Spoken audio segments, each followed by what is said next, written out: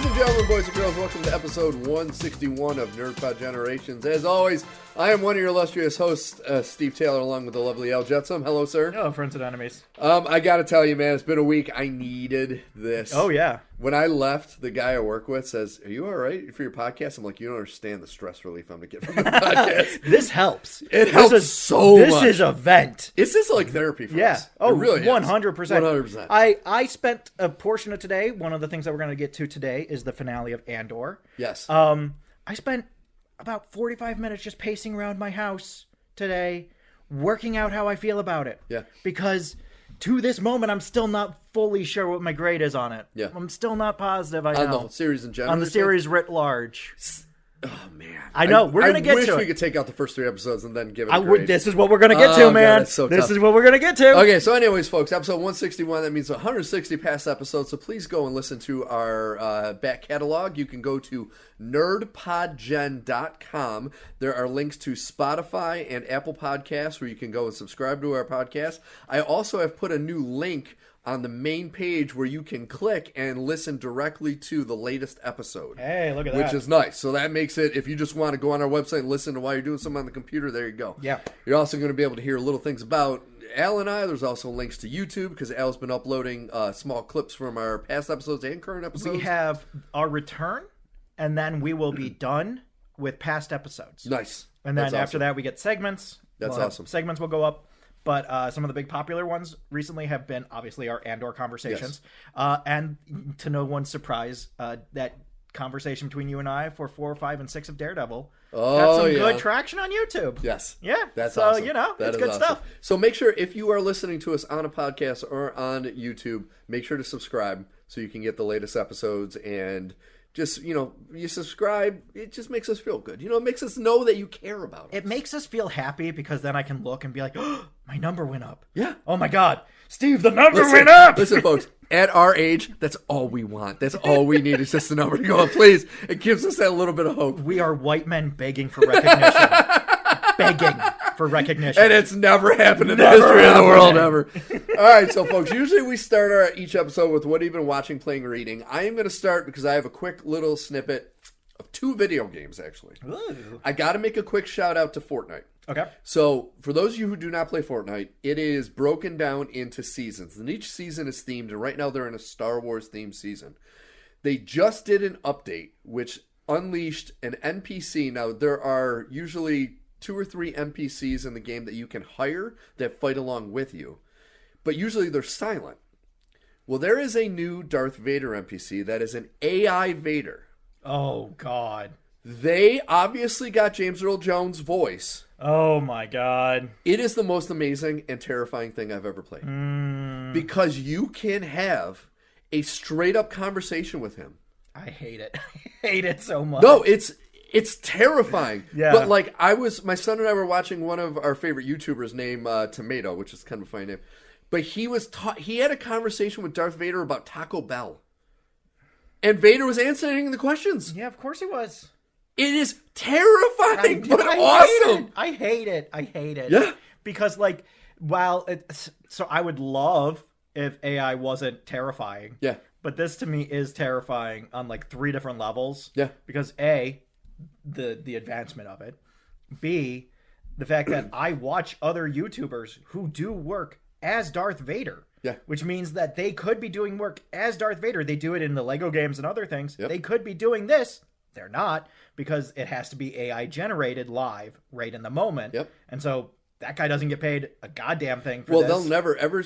Before James Earl Jones died, he sold his rights to his voice for Darth Vader in perpetuity. So they're going to be able to use him. Yeah. There will never be another voice actor that does it. Well, that was the thing, is that there used to be people that had to do it because it was a role that had to be filled. And I just rewatched Rogue One.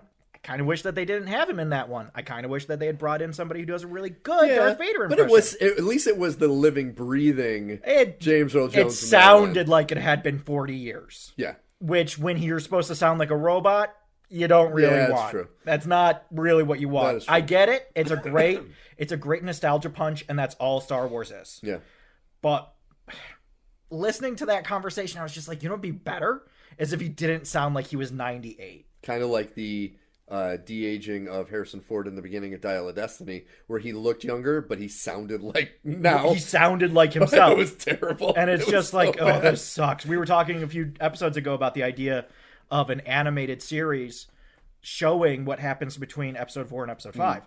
And I still love this idea. And I was thinking about it more, and I was like, would you have Harrison Ford and Mark Hamill come back? No.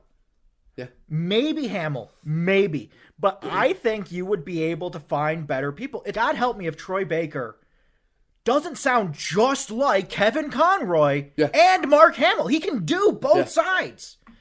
And that's the thing. If you have a guy that can do voices... This is what I'm saying. This is exactly what I'm saying. At some point, it's better to get a voice actor than the real thing. Because the real thing has gone through the rigors of time. Yeah. Those larynx have gone through a lot. You've seen some shit. Yeah. So, like, at some point... Yeah. It's better to get somebody who just does a really good impression. It also reminds me of when we were talking about them bringing back Luke Skywalker. And we both agreed, just get Sebastian Stan. Yeah, just get Sebastian. It'd be better just to get Sebastian Stan. And he was even game for it. Yeah, this would be better. Yeah. Or if you do, like, Aliens, and you need to bring back Michael Bihn's character, just get Sebastian Stan. Yeah. And the thing that pissed me off about that is Mark Hamill was cool with it. Yeah. And it's like, I know Harrison Ford doesn't want anyone else to be Indiana Jones, but Mark Hamill was like, yeah, sure. Yeah. Fucking, that's fine. Yeah. It's like, dude. Yeah. But yeah, so anyways, it's amazing and it's terrifying all at the same time. Of course, day one, they had to put in a quick patch because people were getting Vader to say fuck.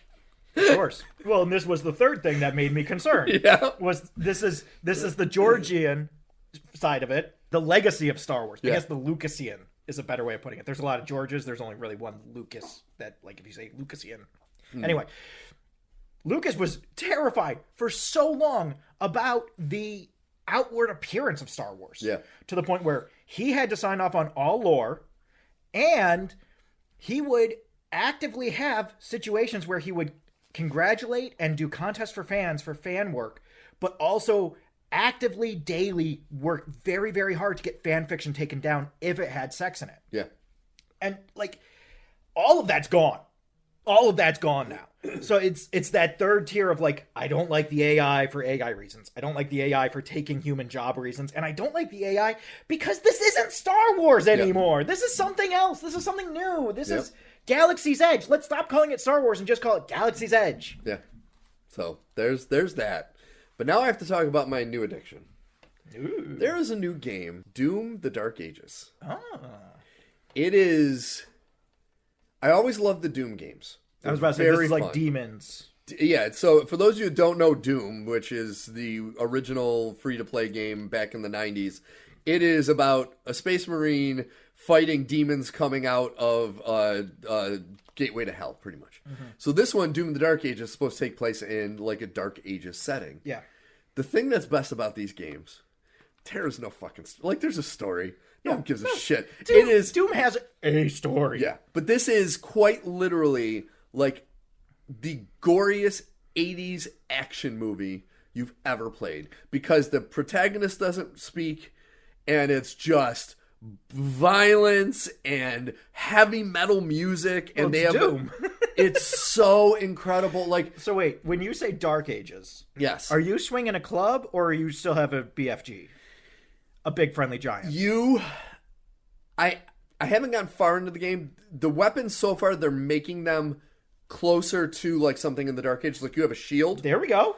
And the attack with the shield is you hold the shield up and rush. Yeah. And when you hit the demons, they explode, which is fucking awesome. But then they have like a gun that shoots metal. It almost is like a dart gun, but they shoot like hundreds of little metal darts. Yeah. And they have a gauntlet. Okay. That you just punch the shit out of things with. Yeah. And it's just so fucking awesome. Like, it's... I was kind of reluctant because I have played every Doom game that's ever come out. And it's gotten to the point where it's like, it's fucking Doom again. Like, Doom Eternal. I didn't even finish Doom Eternal. It was fun.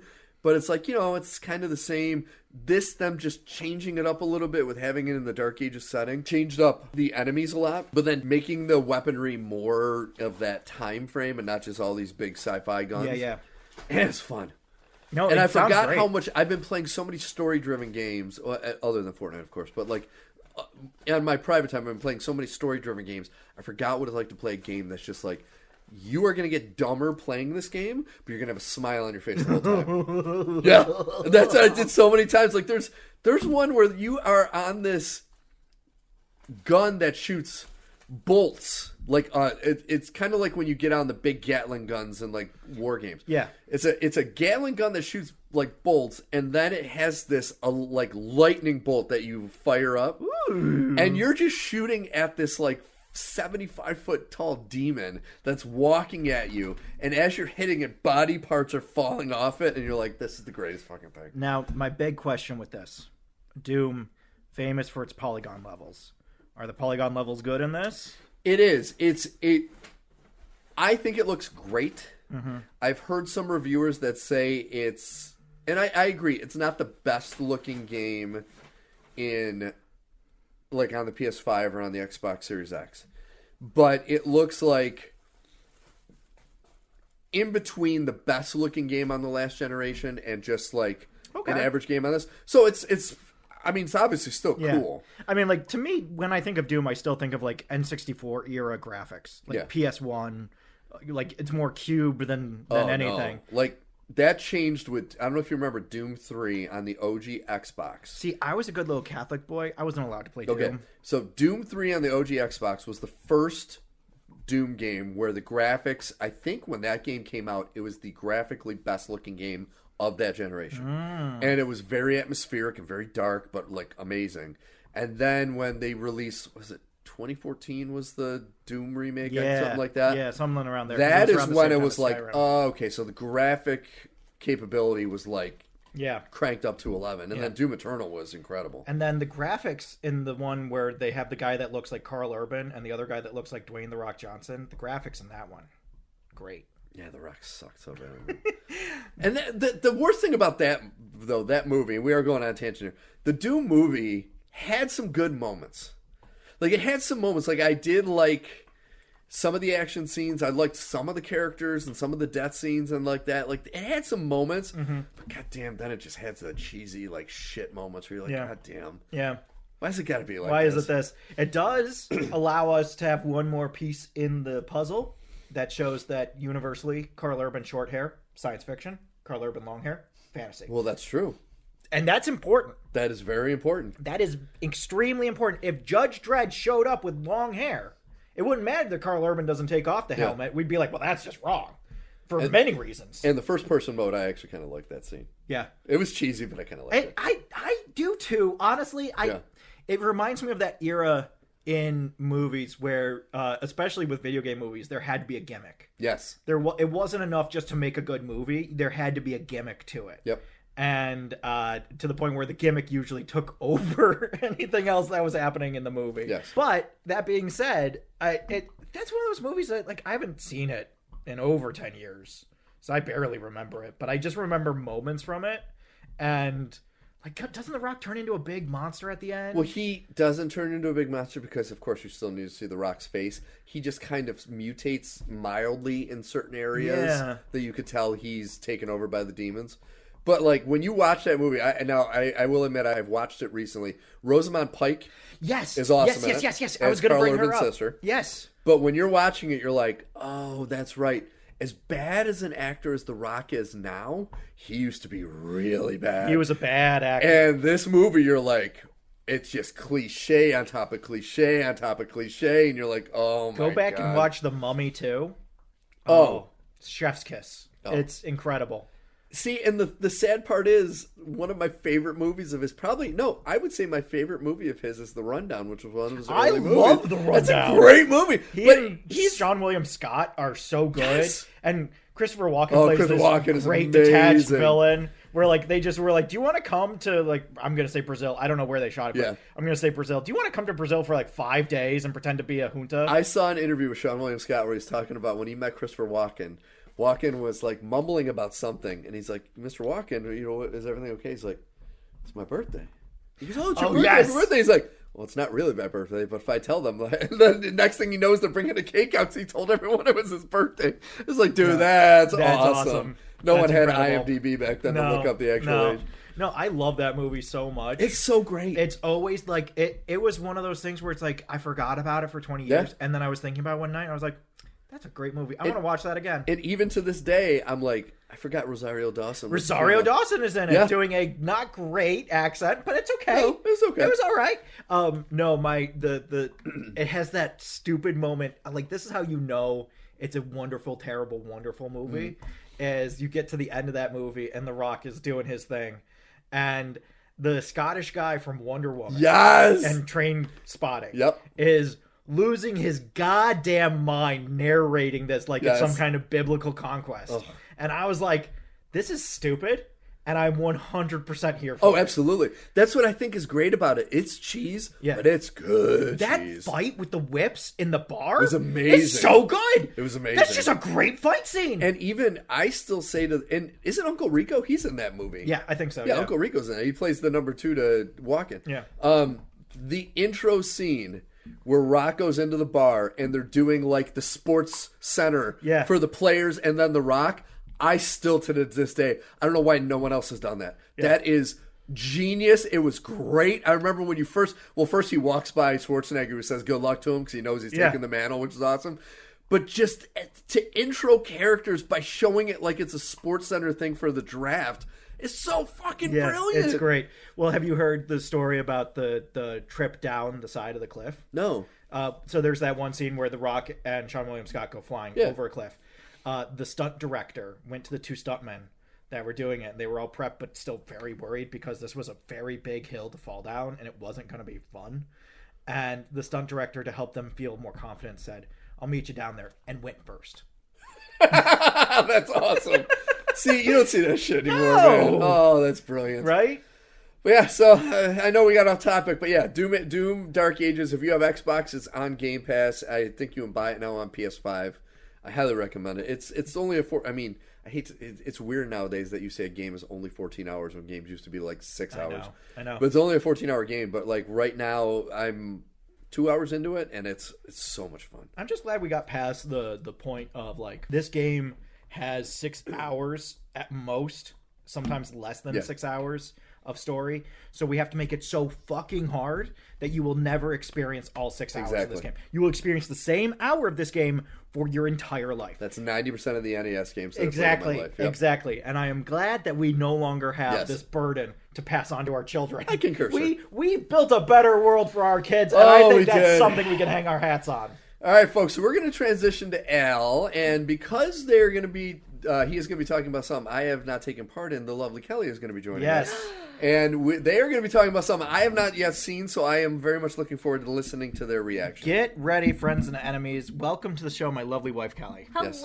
And I think we mentioned a handful of episodes ago that we kind of knew some stuff about Snow White, but we were going to watch it and actually talk about it in the future. It had been brought up. There was this pitch to hate watch Snow White. Which we did! And me and Steve both blanched at it, and Kelly was like, no, this is gold. And boy, did we. Yes. Well, and to preface this for you just chiming in for the first time, Kelly loves 2 things, Disney and musicals. So I take everything she says. Slap Lord of the Rings on that list. I was going to say, I love 3 things. And Lord of the... Okay, yeah. But I mean, those 2 things. So take everything she says 100,000% to heart because it is truly going to be the reality of what this movie is. Just ask her about the Lord of the Rings musical. That's going to touch 2 bases. Oh, God. Do a whole thing. Wow. Anyway, so Snow White happened. Sure did. It was a massive bomb, and a lot of people were pointing fingers over it, mostly at Rachel Zegler, saying that it was her fault. Very much no. No. This whole thing is a clusterfuck from top to bottom. Yeah. And I went into it with I had listened to most of the soundtrack. I was like, I know some of the not as wonderful decisions they made going into it already. And I was like, all right, we'll see what else is going on. Let's give it a chance. Did not even come close to trying to redeem itself. Really? No. It's all pretty bad. It's I think the thing that there were 2 moments right at the top that I think really told me what this movie was going to be. Admittedly, I was not paying super close attention because I was already kind of checked out from moment one. When they're like, all right, the reason her name is Snow White isn't because she's white, which I don't care about. It's because she was born in a snowstorm. I'm like, fine. We are already off track. Yeah. We've already found ourselves off track. But the thing that killed me was the movie opens with a musical number. You'll be shocked to hear. And in this musical number, it's the king and queen telling Snow White about her responsibility to her people. One thing about this, they bring up both courage and bravery as two separate ideals that she has to uphold. What? And second, the mom fully just disappears. Like, I looked down and looked up, and the mom was gone. Yeah, mom died in like 5 seconds. Really? Like, just gone. Yeah. And is then never mentioned again. At all. Anything Snow White does is in the service of her father, and that's it. Oh my Yeah. god. So the second thing that happened that blew my mind was we're introduced to the dwarves. And this is about 20 minutes later. Let me tell you, this is not like the next thing that happens. This is like you gotta haul ass through 20 minutes of this movie, and then you meet the dwarves. And the dwarves we're introduced to them doing their mining.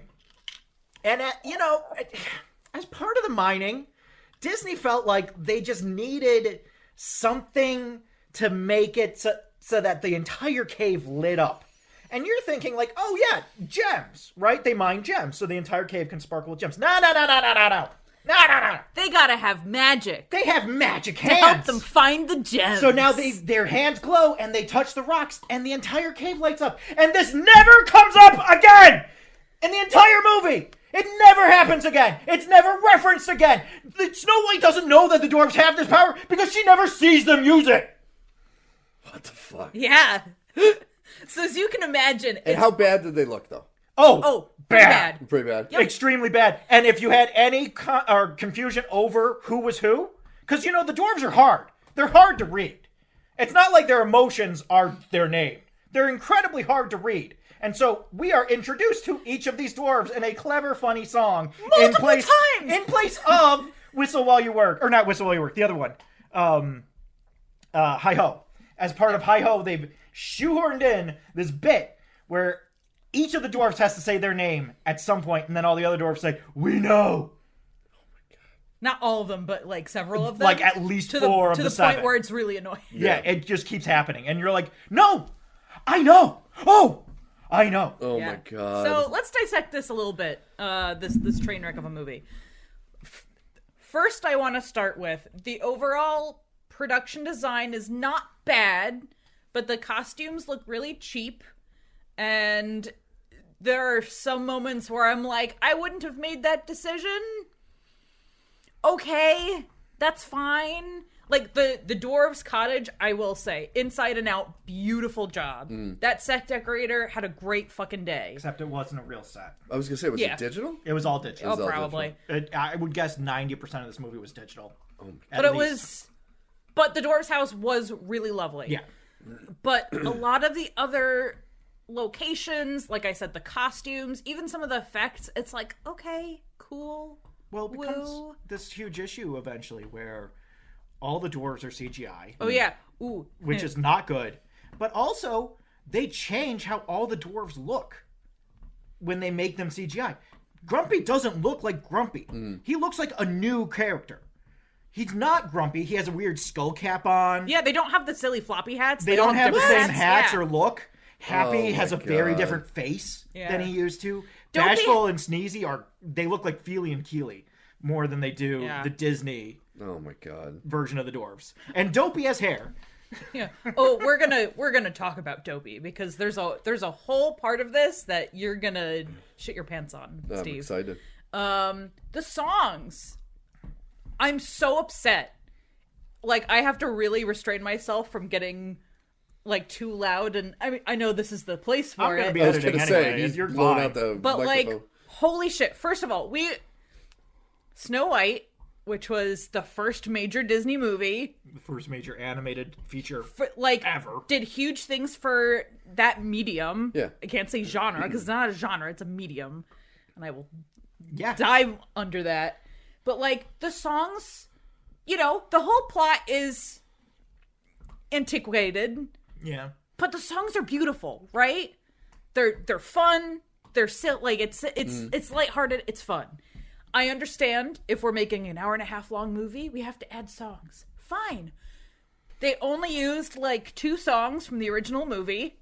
Hi Ho, or no, I'm sorry, 3 songs. They did Hi Ho, Whistle While You Work, and like 20 seconds of Silly Song. Ugh. That's it. There are no other songs from the original Snow White in this. And when they do Silly Song, we do not see the organ that Grumpy plays. The beautiful carved organ. We get Silly Song for all of like 30 seconds, and then it's done. Oh. And we transition to another part of the scene. Even better. So we can't have a prince, right? Because this is the 21st century, I guess, and we can't have cute princes. No, the love interest is a bandit, and he has a group of bandits, and they all join for plot reasons when we do Silly Song. So everybody's dancing for like 20 seconds. Wasn't the group of bandits originally, people thought they were going to be like the dwarves? It's painfully obvious that Disney wanted to write the dwarves fully out of the movie. And then when it became an issue, they were like, I guess we'll do both? Want to hear the best part? There is a little person. An actual dwarf. An actual dwarf in the group of bandits. And he is the hero of our story. And he has to... What? He introduces himself multiple times. I am the rebel Quig. He's the one that shoots the evil queen's hand when she tries to stab Snow White toward the end of the movie. So he's the one that ends up saving the day. Kind of the hero. God. He's the big hero because, skipping a little bit ahead, this movie can't end with a battle. No. That's not the kind of movie it is. And so it's just a negotiation at the end of this movie. And of course, we can't end it like the original fairy tale, which would have been dope. We could have had Snow White marry the prince and then force the evil queen to wear hot iron shoes and dance until she dies. But no, we can't do that. Oh no, my God.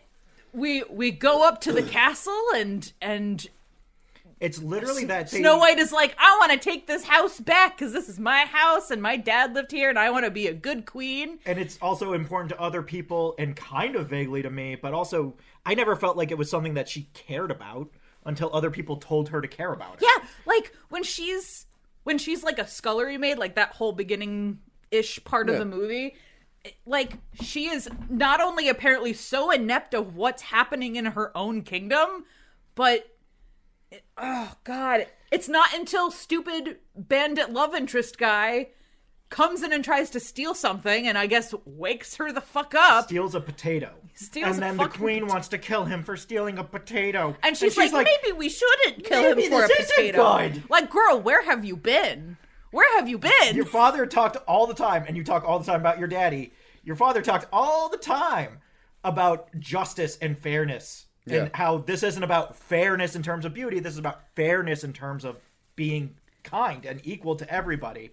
And that's what the movie's about now. The insinuation is that, like, you know, some of this happened when she was a kid and she didn't really have, like, agency. And she just kind of, like, rolled with it until she got older. But, like, come on. Well, and we're also told the reason that she's not in power is because the queen dies so fast that you don't even know that it happened. Mm-hmm. Yeah. And then the evil queen shows up, and we're told that she's a magician who uses her beauty to power her magic. Or something. She literally just does the one thing. She creates a rose and then makes it disappear.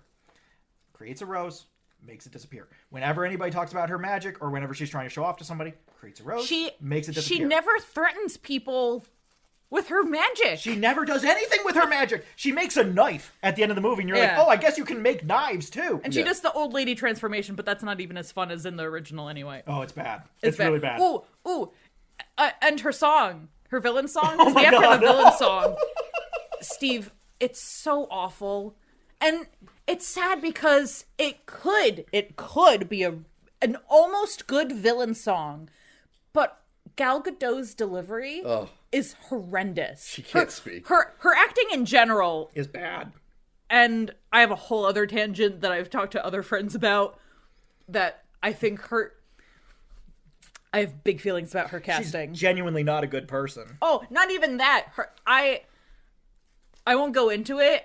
I feel like her casting in this role is in some way sexist because I feel like they needed to have someone with a foreign accent to make her feel more magical and mysterious. Oh, weird. This is my theory. Yeah. but it would make sense given her terrible acting in the whole movie. Given her terrible acting in every movie. But, like, there's, like, a whole, like, chorus thing. Like, there's, like, not a kick line, but... Oh, it's almost a kick line. It's almost a kick line. She's, like, a whole thing where she's, like, going down a staircase. Like, no magic. Not even, like, sparks or, like, anything to make it look impressive or to make people cower in front of her. Nothing. There is nothing that explains why people follow this woman. Yeah. Besides the fact that she was married into the queen. Like, it really does not make any sense. We're given 3 pieces of information. 1, she marries after the queen dies. 2, she says there's a threat to the there's southern a threat to border. the south, so they have to conscribe all of the farmers in the country to become the army of the country, because I guess they just don't have a standing army or military at all in this kingdom. And then 3, where was I going with this? Daddy goes off to fight in the war. Daddy goes off to fight in the war and never comes back. Yeah. So for a hot minute in the middle of the movie, it's like, oh, maybe he's alive. He's not alive. Snow White, without any inkling that this might be the case, convinces herself that her father is alive. The woodsman says, you don't know the truth about your father, and she says, he's alive. What in the world makes you think that? What in the world makes you think that? And he's just been chilling in the southern territories this whole time, while his home and his daughter, who he claims to love, are just tortured and ruined? Listening to you guys talk, it sounds like a political allegory, which we are. Oh, it's a huge political allegory. And There's an issue at the southern border. Yeah. I greatly... No, not even that. If they were going to do a whole stupid political allegory thing with this, I wish it was at least a good plot. Yeah. You know? That's the thing that angers me the most. Yeah, They went so far off the main story that it's like, this is barely even, I don't know why. Well, why even use the original songs then? Yeah. Why even make it a remake? Just make a whole other Snow White telling that has nothing to do with the original then. I mean, they did that already with Snow White and the Huntsman. And Mirror Mirror. And Mirror Mirror. Yeah. They've done it twice. That was the thing. When I ended this movie and I looked at it and I said, you're worse than the Kristen Stewart Snow White? How can you be worse than Snow White and the Huntsman? But it's bad. It's bad. It's bad. The dwarves were better in that movie, and that was English actors' faces trimmed off and slapped on actual dwarves. And that was their plan for that movie. And that was still better than this. Oh my god. No, the thing that got me was the only way that they paid homage to the 1920s, really, was to have a love interest that makes no fucking sense.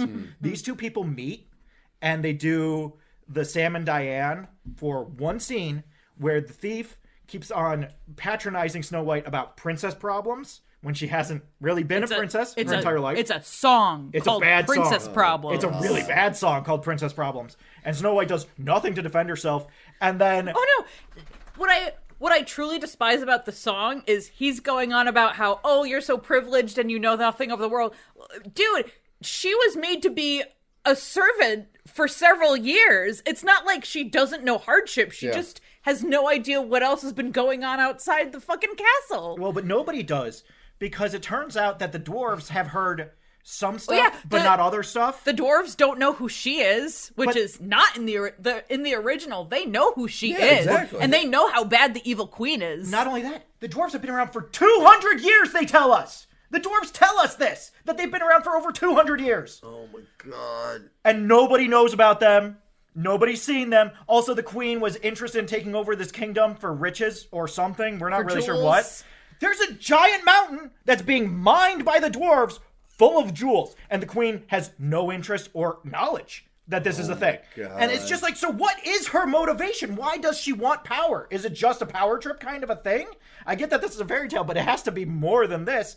And so all of this happens, and you have princess problems, and then Snow White and this jackass fall in love. Like, over the course of one evening. It's like, you know, in, like, The Mummy, where the assistant and the woman who gets hypnotized fall in love. And you're like, this is weird and gross because a lot of reasons, but mostly you've known each other for 2 hours. You know what the inciting incident was? It was that love interest guy, like, takes an arrow for Snow White when she's about to get shot at, and everyone's like, and she, because he was protecting her, was like, oh, I want to go make sure we can get him like medical attention, right? And then everyone's like, oh, you like him and he likes you because he took an arrow for you. Like, what? Yeah. Are you But serious? that ends up being the case. That is a low bar. That fully ends up being the case, is that she just has this new unfounded attraction to this guy. He has this new unfounded attraction to her. It makes no sense. Their love song is boring. It's very boring. It has that classic, like, everybody is listening to them sing, but they don't realize it kind of thing. And it's just, it all sucks. It's just like you're left being like, you've known each other for 3 hours. Romeo and Juliet knew each other longer before they fell in love. For real. Okay? Like, you're crazy. And this is the true love's kiss that's going to save the entire story. Ooh, speaking of, Snow White doesn't get a nice glass encased casket made by the dwarves. She gets dumped on a rock. She gets dumped on a rock by a lake by a CGI lake. Yeah, by a CGI lake until what's his name comes over and smooches her. Princey has to. Oh my god! So Princey, Jonathan, whatever the fuck his name is. Snow White dies, and we'll get to the transformation in a minute because that's a whole thing.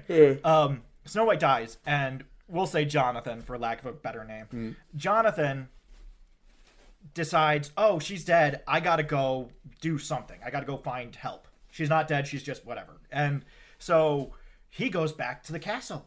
And wouldn't you know it, he gets captured? Oh my god. And he gets thrown in jail with the woodsmen. And the two of them work together over the course of several days to literally pull their chains out of the wall. But it takes them like 3 of the 4 days that they're there to realize that they can do this. So over the course of about 10 minutes, they pull their chains out of the wall because they're working together to do it now. And then Jonathan comes rushing back to Snow White without any medical help. He just comes rushing back to Snow White and kisses her, and she wakes up, and let's go back to town one more time because now Snow White has the motivation to be like, maybe she shouldn't be queen. Maybe somebody else should rule this country. Maybe I should have courage and justice and bravery and faith or whatever the fuck it was. And oh yeah, she has a locket that has like 4 words on it. It's really stupid. Seriously, 2 of them are courage and bravery. Yeah. And it's like those are the same they fucking didn't have a thesaurus thing. back in the day. No, excuse me. It's fearlessness and bravery. Oh, okay. Oh, it's such a huge difference. Yeah, fearless. It's things courage, like fearless, love, bravery, kindness, fairness or something. Yeah. And it's just like, this sucks. That's how bad it is. We can't even remember. Yeah. And so the end of the movie is literally just Snow White goes back to town and she says, I should be in charge of this place. And the queen's like, what are you going to do, kill me? And she's like, no, I'm not going to kill you. And she's like, well, then all these guards should kill you. And then Snow White goes to all the guards and is like, I actually remember all of you as farmers, like every single one of you, even though this has not come up at all in this movie. And I want to add, like, the queen instructs them to, like, take her into custody or whatever. They do grab her.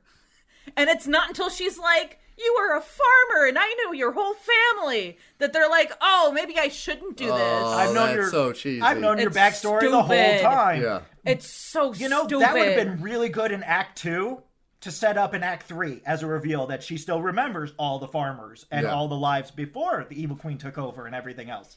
But no, it just comes out of nowhere that she remembers everybody in town by name and has a relationship with them enough that they let her go. Yeah. Anyway, so she won't kill the queen. Queen is like, okay, cool, I will kill you. Fucking Quig, the rebel, shoots the evil queen's hand. Deus Ex Quig. Queen gets upset and runs back into the castle to her magic mirror, who is like, yeah, she'll always be more fair than you. So she snatches the mirror and gets sucked up into it, and then she's gone. And that's how she's disposed of. Yeah. That makes no sense. Yeah. Ooh, the old lady transformation is terrible. It's awful. I maintain I don't think that was Gal Gadot in the makeup. I hope really? it wasn't. I really really don't think it was. It was her voice, though. Barely. It was bad. It was very bad. It was basically like... She didn't, almost nothing to change her voice. So she goes in, and in the original, the evil queen does, this whole thing where she gets a bunch of potions and she tells us all these things that she's putting into the potion and why this goes in and why this goes in and why this goes in. Gal Gadot basically comes in and is like, mummy dust potion, and it was like, what? you just threw like one thing into this vat and was now like you two just have a things. potion. Oh, Yeah. yeah, it was 2 things. Excuse me. She threw 2 things into a potion and now it's a magic potion. And I'm like, is this a video game? Doesn't potion making like take, I don't know, shouldn't you get like a pot of boiling water or something? I don't know. Maybe I'm being a stickler That's about so this. weird. But it's bad. It looks bad. When she meets Snow White at the cottage, it looks bad. It's all bad. Yeah. Like Snow White is told, don't let anyone in. And she meets this woman and is like, oh, I guess I should let her in. I guess. Ooh. So Evil Queen dies. You know, Snow White gets the kingdom and it's like, oh, like, you know, we're gonna fix things and stuff. And we end with a musical number where everyone's costumes are exactly the same but white. Oh, what the hell? Why? Are we all dead? What's the simplest? No, they're free now. They're free, so now they're white. This movie was made before the Diddy party stopped, so Yeah. it was the Diddy White party. Yeah. I was already upset with the costumes, and then I saw that and I was like, but why? It's so stupid. That's so stupid. It sounds like another one of Disney. These live action remakes are just dog shit. They gotta stop. Yeah, Well, did you hear about the Lilo and Stitch Yes, thing? I watched Captain Jeremy John's Gantu was review. gone. They took Captain Gantu Captain out of it. Ganto's on. Yeah. The sister doesn't bring her to get the dog. Yeah. And Bubbles is not a social worker. He's someone from the government looking for Yeah, Stitch. and Tia Carrera is the social worker. They're 2 separate characters. And then the 2 aliens who are always kind of playing off each other are Zach Galifianakis. They're like humans. Yeah. It's like, what the fuck, dude? But This you sucks. explain everything you're saying to me. I'm thinking about like the Pinocchio remake and like, why do they gotta ruin these Dumbo. fucking things? Like, And they're never gonna learn. No. Well, they supposedly have. They supposedly got their hands caught in the rat trap this time. And With Disney Snow has White. said, we're done. This is it. We're shelving everything for now. They had a Tangled live action Yeah. that they were going to make. And That's been they have canceled. Moana. Moana is still happening because it's still in production. And, And The Rock's in it, so it has so to they have happen. to, they're contractually obligated to give The Rock something. But Tangled has been canceled. Tangled Thank has fuck. been, if not canceled, put on long-term hiatus Yeah. until they can decide if this is an avenue that they want to go down. Because some of the things they were talking about for Tangled were absolutely batshit insane. And it's just like, I can't remember all of the changes that they were going to make to Flynn Rider, but they were going to make massive changes to Yeah. Flynn Rider. They were going to change Mother Gothel. They were going to get rid of the 2 twins that were played by What? Ron I love Perlman. Stabbington. How could you get rid of them? Like, they were I'm telling you, it was going to be a different movie like this, like Stitch, like Aladdin, like fucking See, the Lion problem, King. though, and I bet this is going to happen, because Stitch is such a fun character. Oh, yeah. That movie's going to make a fortune, and I they're don't going to be know. like, hey, it works. From toys. I don't know. It's I don't all know. going to be From the to- toys. It the might make it from promotions. toys. It might make it from toys and promotion, but I don't know. I have not heard a lot of people being like, I really want to see. I want to see Stitch. I have heard a lot of people being like, this looks really bad, Yeah. and I'm sick of Disney ruining things I love. Like, I was willing to hate watch Snow White. I am not even willing to do that No. for Stitch. No, I will Lilo and not Stitch watch is That's too great. insanity. It's too great a I movie. will rewatch the original Yeah. again because it is as close to a perfect film as you ever get. But see, I think the thing it has going for it over Snow White is I agree with you, and I've heard this in reviews, that Rachel Zegler didn't ruin the movie in the movie. It's what she did in interviews and all that, where she just... Well, she just didn't ride the hype train and used her stardom to promote something that she actually believes in, which, like, good for her. Yes, but it's like, I think, once again, kind of like with athletes. Yeah. You got to go through training on how to say what you want to say without making it sound bad. The stuff with the prince was rough. Yeah. I'll agree The with stuff that. with the prince is rough.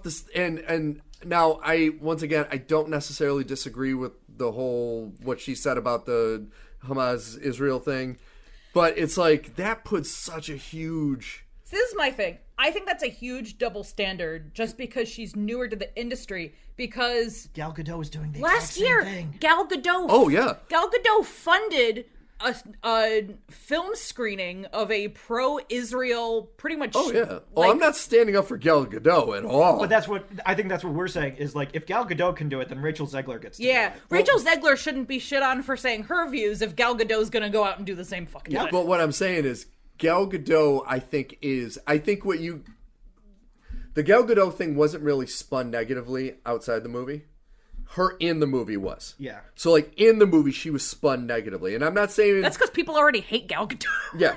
And I'm not saying, oh yeah, since the Imagine video. Yeah. The Rachel Zegler stuff, I think was just poor timing on her part because it was able to be spun in such a way to make her look like the villain. Well, Disney spun it to make That's her look what like I the mean. villain. Yeah. But that's the problem with the lead up to this. Well, Disney. The problem was that Disney wanted Gal Gadot support more than they wanted Rachel Zegler. So when Rachel Zegler said we shouldn't have a prince, Disney was like, I don't know about this. And then she said this other thing, and Gal Gadot basically told the producers, you have to go to her and get her to take it down right now. Yeah. And when they sent a person on a plane. Yeah, one of the execs flew across the country. Which I didn't know Gal Gadot had that much power.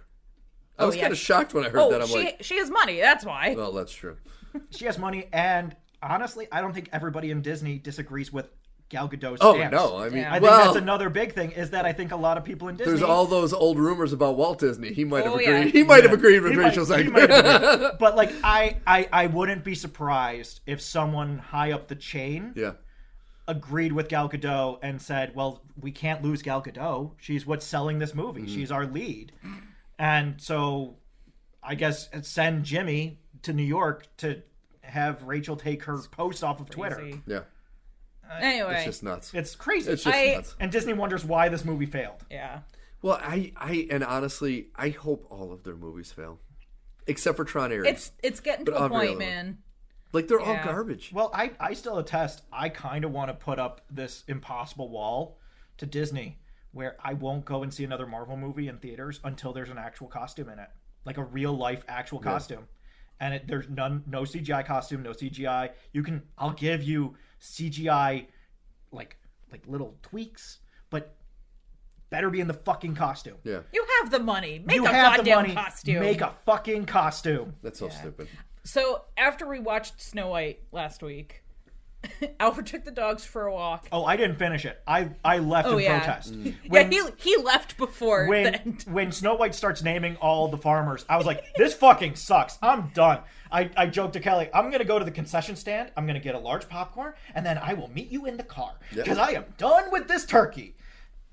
So when he was out, I was sitting there seething because I was screaming at the TV from how upset I was at this movie.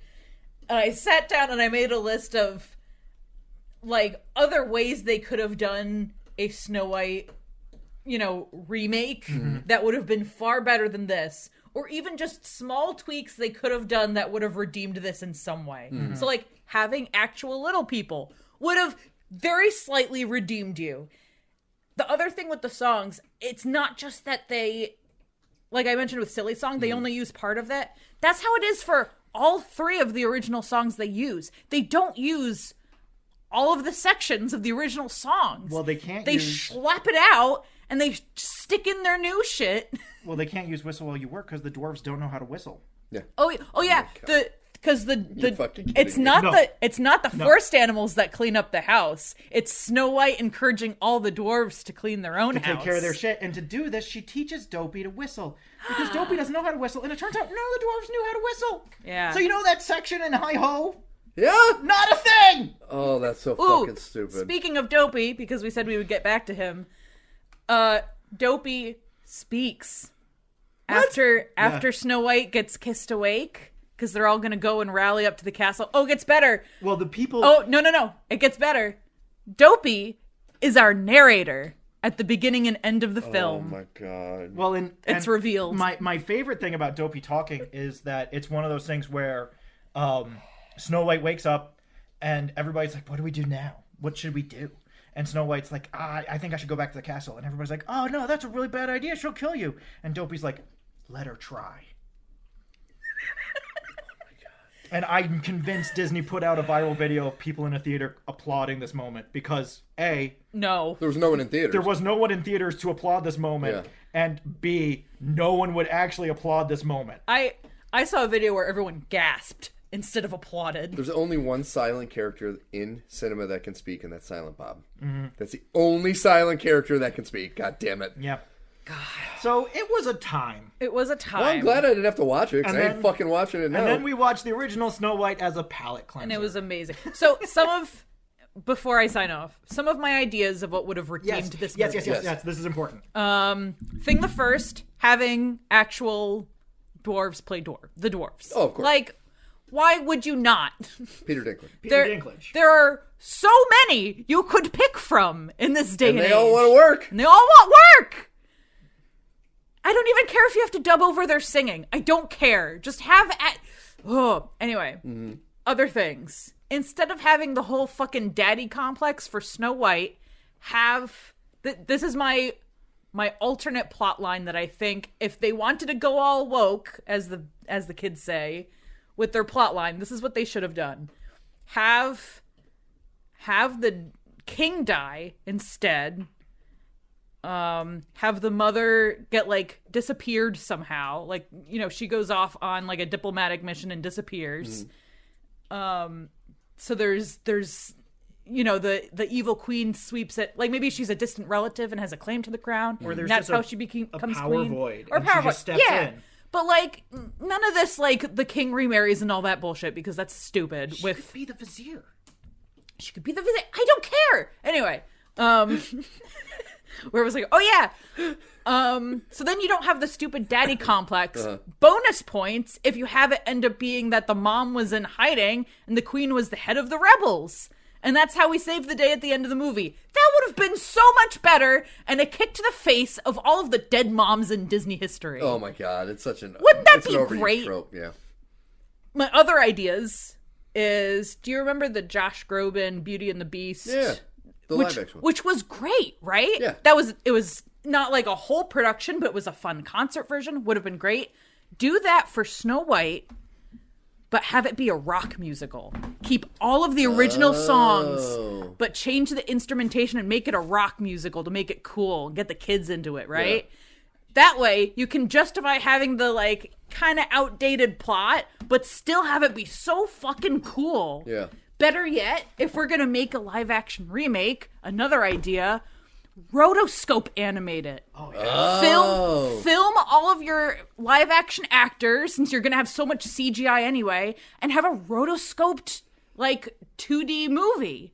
You have awesome. The technology, guys. That would be awesome. Scanner Darkly was still that was really fucking awesome. good Yeah, movie. that was really great. Like, and I have like a whole Word document of ideas like this. There are so many other things they could have done, and they keep trying to like walk this fine line of like, well, we have to appeal to these people and we have to appeal to these people, aka we have to appeal to the bigots and we have to appeal to the not bigots, right?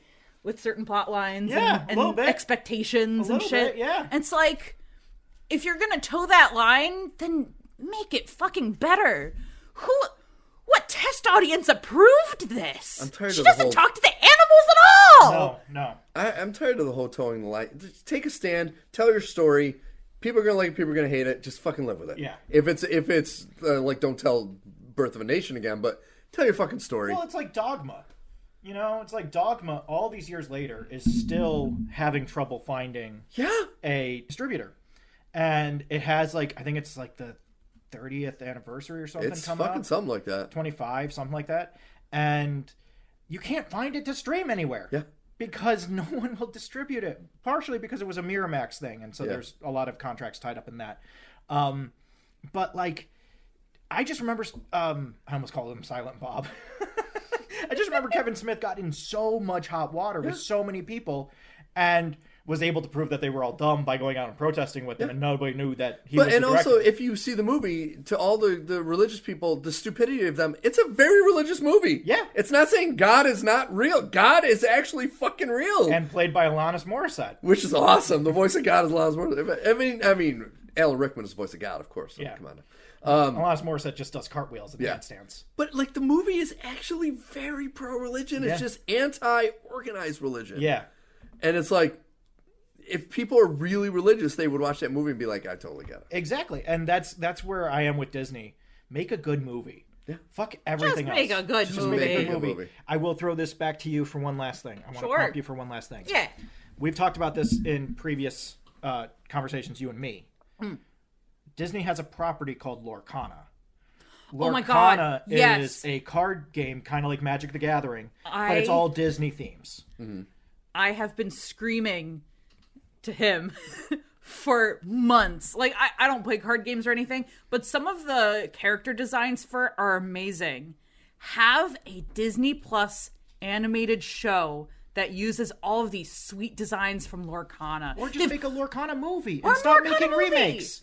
Stop making remakes, because you have like Belle as a ranger, you have Cinderella as a knight, you have Snow White as a druid, you have all these really interesting concepts, and it's all yours. You don't have to pay anybody. You don't have to sell anybody. You just have to make it. Just make the fucking thing. You can't tell me it wouldn't be a huge hit if they made a Kingdom Hearts animated series. Right? Based on the video game.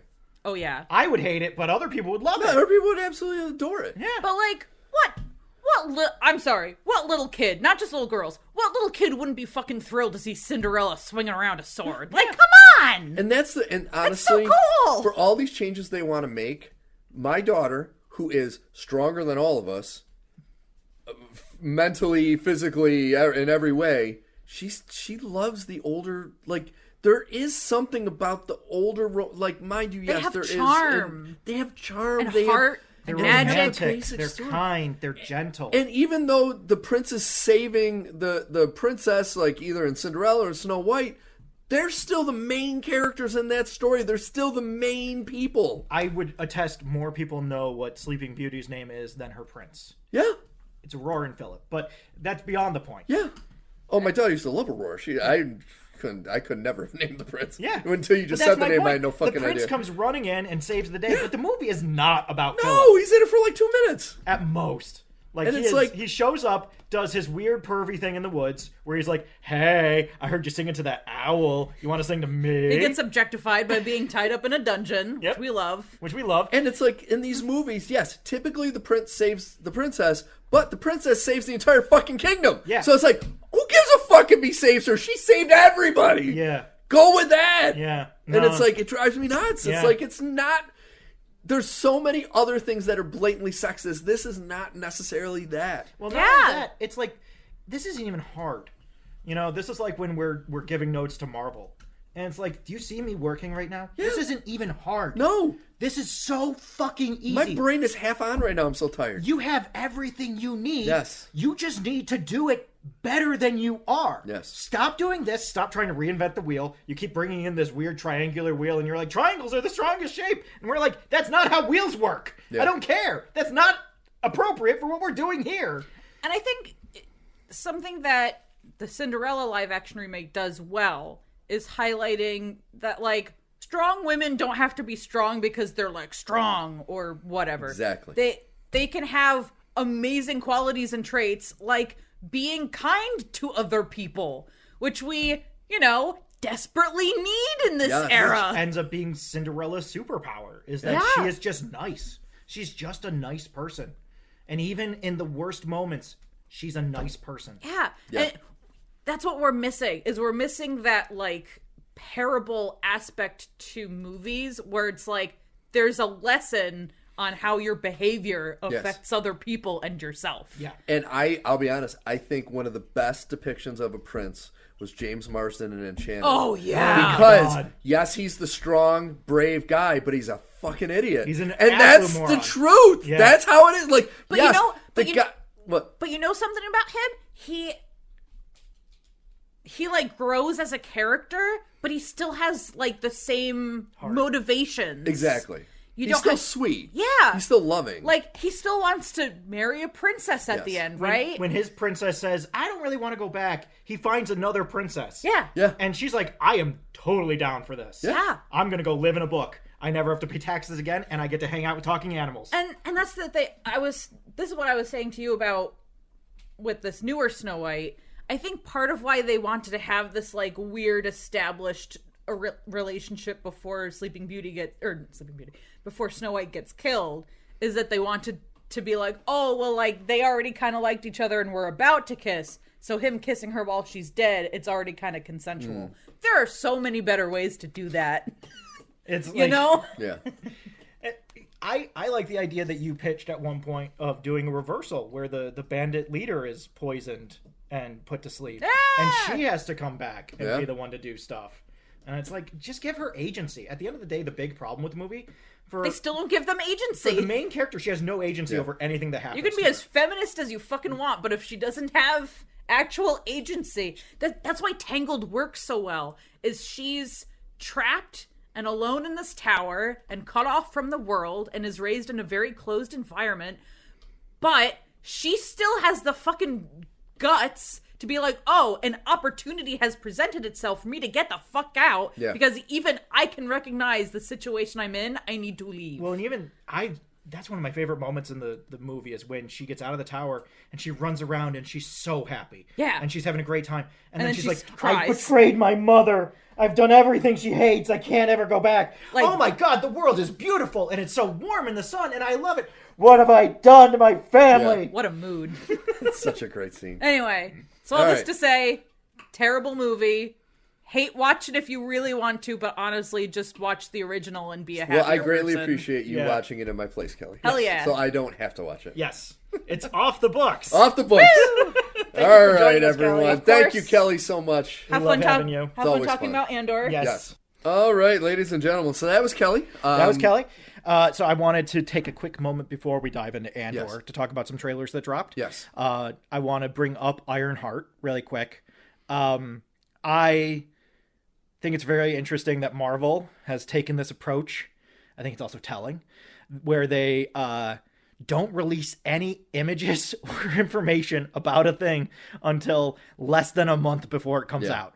Which is never a good sign. That's not a good sign when you don't want to release anything until the last possible minute, when fans are practically demanding to know what this is because you haven't released any hype over it. Not great. So Ironheart already starts out with a step down for that. I am very curious about the story that they're going to tell. I wonder how it's going to differ from some other stories that Marvel has been telling, specifically Miss Marvel. I feel like this is extremely similar to Miss Marvel without the family dynamic part of it. I do feel like Marvel has already forgotten some of their own lore.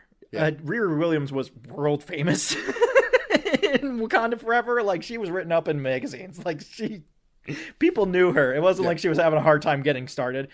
You can't make something iconic that's already been made. Yeah. So the idea that this whole trailer is about how she wants to make something that's iconic, but she makes an Iron Man costume. Yeah. Where in a world where Iron Man is world famous. Yeah.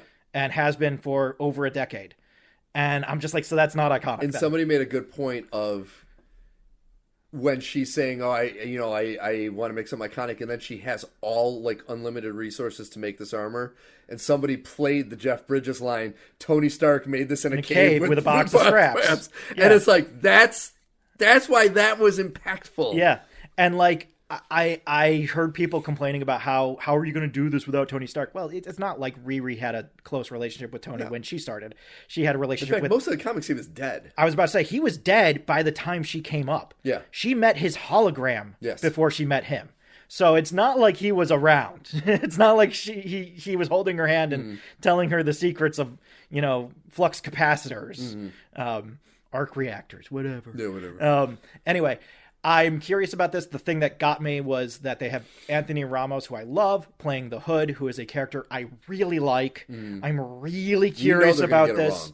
I know that they're going to get it wrong because I don't think he has the Norn stones, and that already is a huge problem. So I'm very curious. I have no faith that this will work, not because it's a female-led, black-led superhero thing, but because Disney has such a bad track record at this point, and Marvel writ large with this at this point, and getting it done correctly. So even though I'm excited to see Anthony Ramos play the Hood, I think that's going to be bomb. I just don't think it's going to work. Well, and the problem is a lot of these characters they're making these shows for. I mean, she's a very tertiary character that's written in modern comics, and they were poorly. They weren't a huge received comics. Yeah, no. So it's like, dude, the reason why your original group was so popular is because they were the popular people. Well, you remember when Iron Man came out, even though Iron Man is and was in the comics the leader of the Avengers for not in substantial amount of time. Yeah. He was considered a D tier character. Oh, absolutely. Thor, D tier. Cap, D tier. Yep. Hawkeye, F tier. You know, like Spider-Man and the Hulk. It was Spider-Man, the Hulk, and Wolverine. It wasn't even the X-Men. It was Wolverine. Yep. If you wanted to make a Nightcrawler show, you were going to have a hard time sledding on that hill. So, like, it's... I find it very interesting that they're doing this, but I'm also very baffled by it because the only reason I can see to do Ironheart is to have her be the Iron Man in the Young Avengers. Okay, but there already was an Iron Man in the Young Avengers. I jokingly... Tony Stark's daughter. Well, no. There was, and this is... You're going to pinch yourself after this because you're going to be like, wow, you fucked that up. In the original Young Avengers, there is a character named Iron Lad. I call Iron Lad... I call not Tobey Maguire. I call the Tom Holland Spider-Man Iron Lad because he's not Spider-Man. He's Iron Man's sidekick. And so Iron Lad... I forgot he was in the Young Avengers. Was Kang the Conqueror's son! So, you know, maybe something that you could do literally anything with if you wanted to. I'm just throwing it out there as a concept, really, that maybe if you still wanted to do Kang and all that stuff, there's still an avenue to do that. Or I guess we could do this instead, which is fine because I have nothing against Riri Williams. I also have nothing for Riri Williams. I'm fully neutral with her. I want her to succeed. Well, you said the problem. Him. Yeah. They are once again trying to force diversity without telling the right story or a good story. And that's the fucking problem in a nutshell, always with them. Yeah.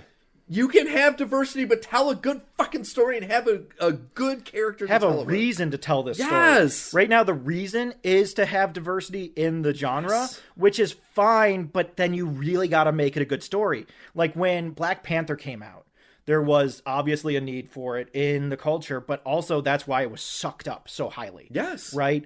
And that's why Wakanda Forever wasn't sucked up so highly, is because it didn't trigger all those emotions and moments. You know, on top of not having Chadwick Boseman at the center of it, you just didn't have the energy and life that Black Panther had. Yep. It didn't have the momentum to it. It didn't have the forward progress. It just felt boring and stale, and you were constantly being like, where was Namor during the whole Thanos thing? I know. What was that? Wait, he's been around this whole time? He's like the Eternals. And he had an underwater kingdom, and he just never showed up. Yeah.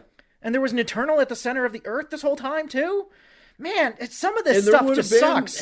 Half of Namor's people would have been snapped out with the... This is exactly what I'm saying. This is exactly what I'm saying. Yeah. Namor or Atuma or Namora or Namorita, none of these people came out of the ocean after the snap and said, hey, humans, I know we don't get along and we kind of hate you because you're poisoning the water, but like also half of our population just disappeared. And we would kind of like to know what the fuck just happened. Yeah. Do you have notes on that? And in 5 years, knowing how fragile the human population is, they would probably be able to fix things. Well, not only that, Cap tells us that the oceans keep getting cleaner. Yes. So again, what was Atlantis doing during the blip?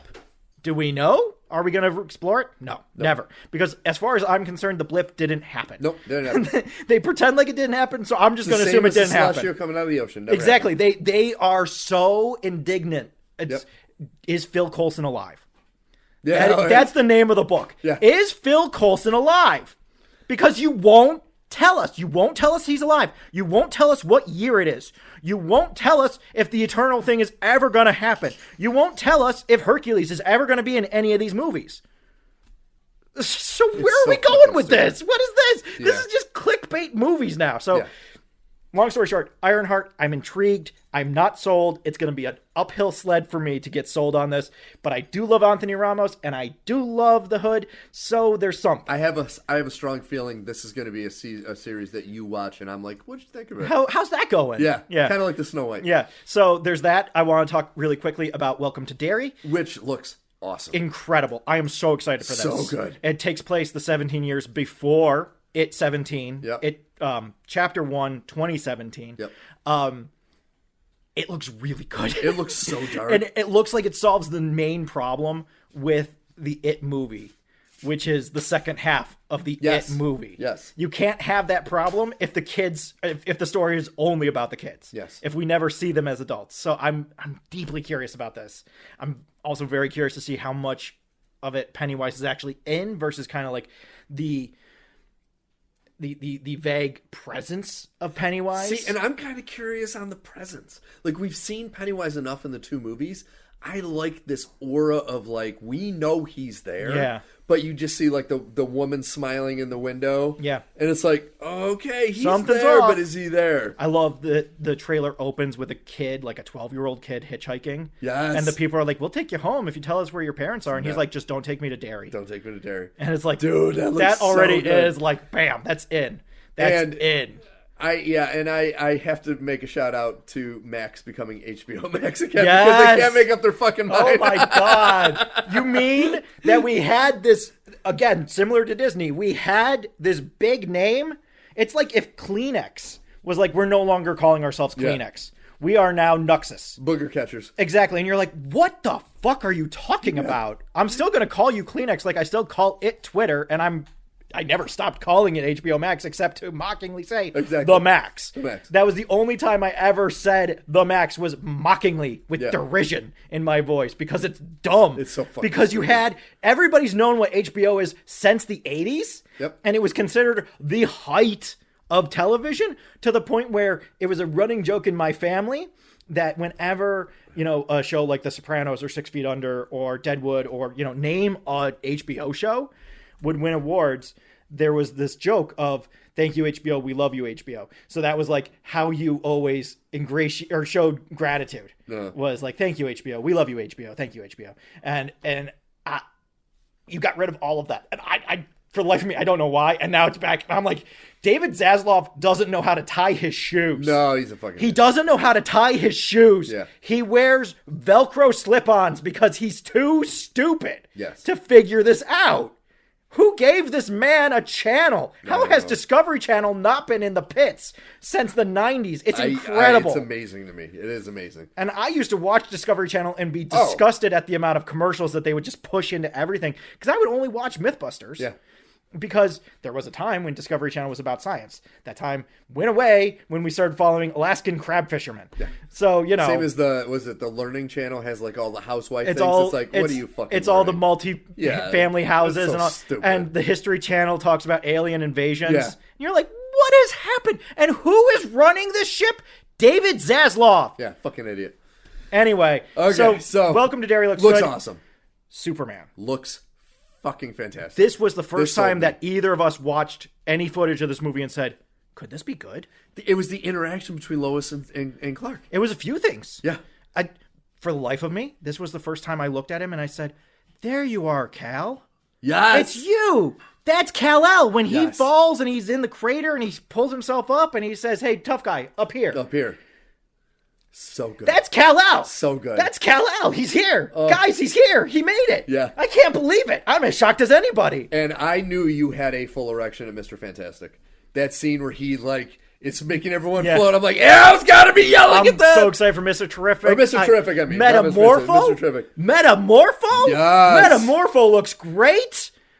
Like, we still have issues with the wig and everything, whatever. Yeah. And I'm sure Sean Gunn is going to show up here as, if I remember correctly, I'm trying to remember who they made him. He was a already established character in the last DC universe. And they were like, oh, he's Max Lord from Wonder Woman 84. Pedro Pascal's character is this guy. He's Maxwell Lord. Why? Who can say? I don't fucking know. Okay. But anyway. Yeah.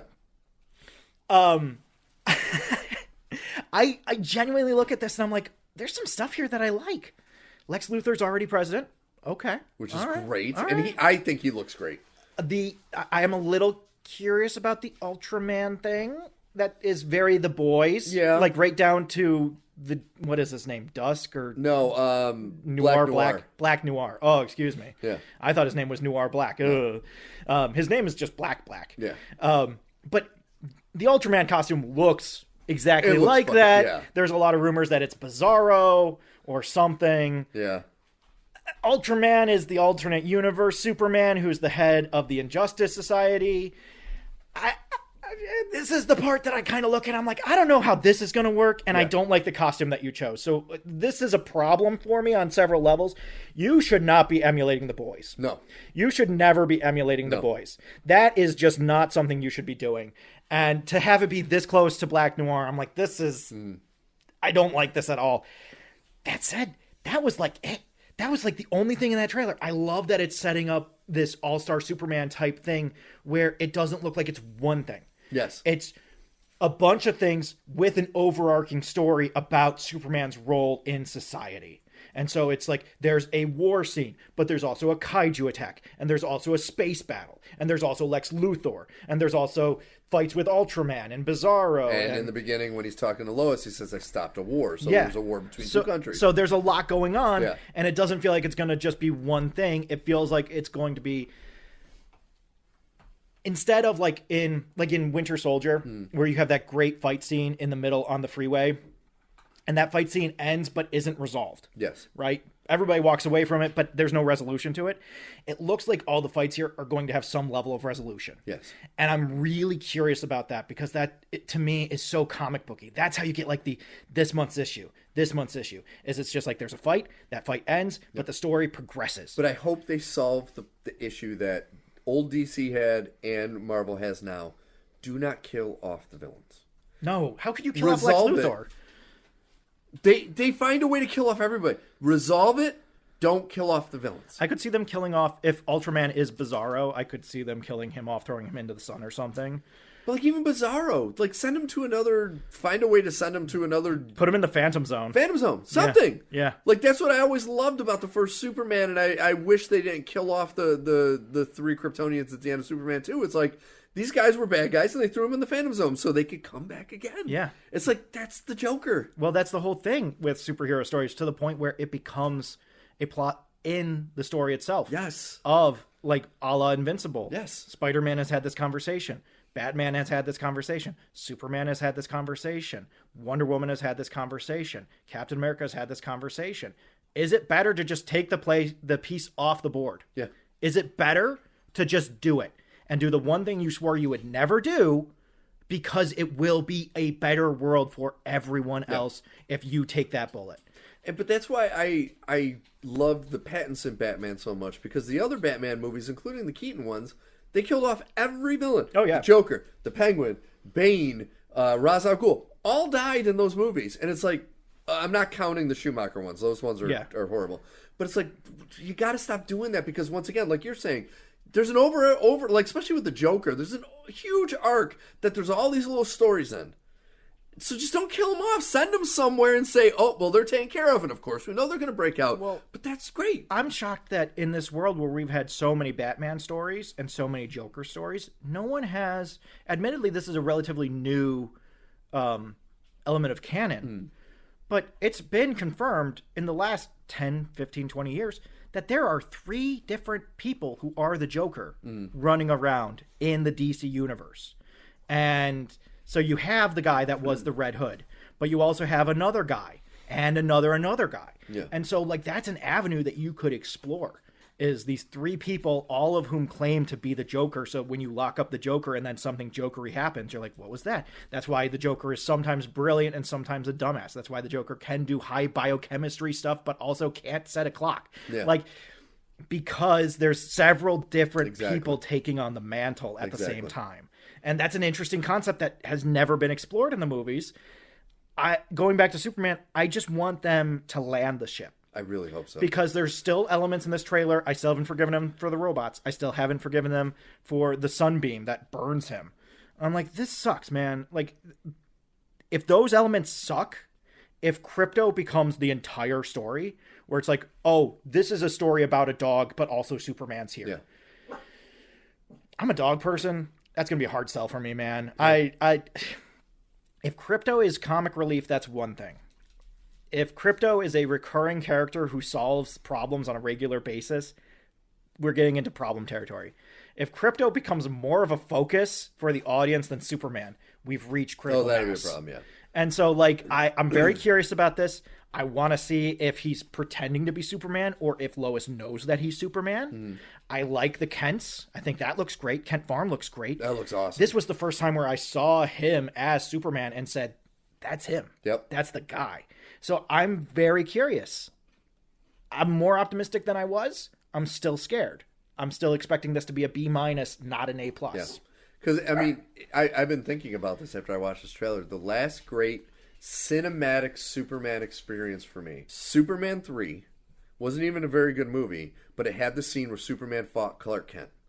Such a great scene because it was too deep for a lot of people. Who were like, I don't know. It's like, it was a really deep scene because he's fighting his own demons and he ends up prevailing and he is Superman. But the movie itself wasn't good. But quite literally, Superman 1 and 2, that was it for cinematic Superman because everyone, I will, to my dying day, as much as I love Henry Cavill, Man of Steel is dog shit. And Batman vs. Superman, dog shit. Everything else that Superman was in, I did like a little bit of how they did him coming back in the Zack Snyder Justice League cut. I liked him in the black suit, and that I did like. But honestly, that Superman that was in that last little bit of Justice League was the Superman we should have gotten in the other movies because he was the hope coming in to save the day, and he was smiling, and he was happy, and he was like, I'm going to kick the shit out of you. Yeah. It's like, that's the, like, we got the emo, I hate using that term, but we got the emo Superman in the first two movies. It was always depressed and sad and fucking killed Zod and all that. Let his dad die for no reason. Oh, that's still... For no fucking reason. That's my homecoming. Do not get me fucking started on that. It's just so... Kevin Costner, wait. Don't get me started on... And Kevin Costner telling him you should have let the kids in the bus die to protect yourself. Fuck you, Zack Snyder. What the hell are You're you talking a fucking about? idiot. Do you know what superheroes are? Yeah, do you know what Superman, the most superhero of all superheroes in hope and love and kindness, no fucking way. Yeah. Even when he was a kid. So I'm really curious about this. I wish I had more faith in it, but I'm curious. I'm more optimistic than I was, which is what you could ask for from a trailer. Yes, I give you that. All right, so we got to move on. We're running long. We got 3 episodes of Andor to talk about, the final 3 episodes. I got to say, episode 10, at first I was nervous because it was the thing that everyone hates, where you're going to do a one-off show where you show flashbacks to explain a character. Holy fuck, was this a great episode. It was really good. That was so fucking good. It was really good, and the de-aging on Stellan didn't look great, but it didn't look bad. No, I honestly didn't really notice it that much. I thought he still looked like an older man. So it was kind of hard to pin down how long ago this was beyond Clea's age. Yeah.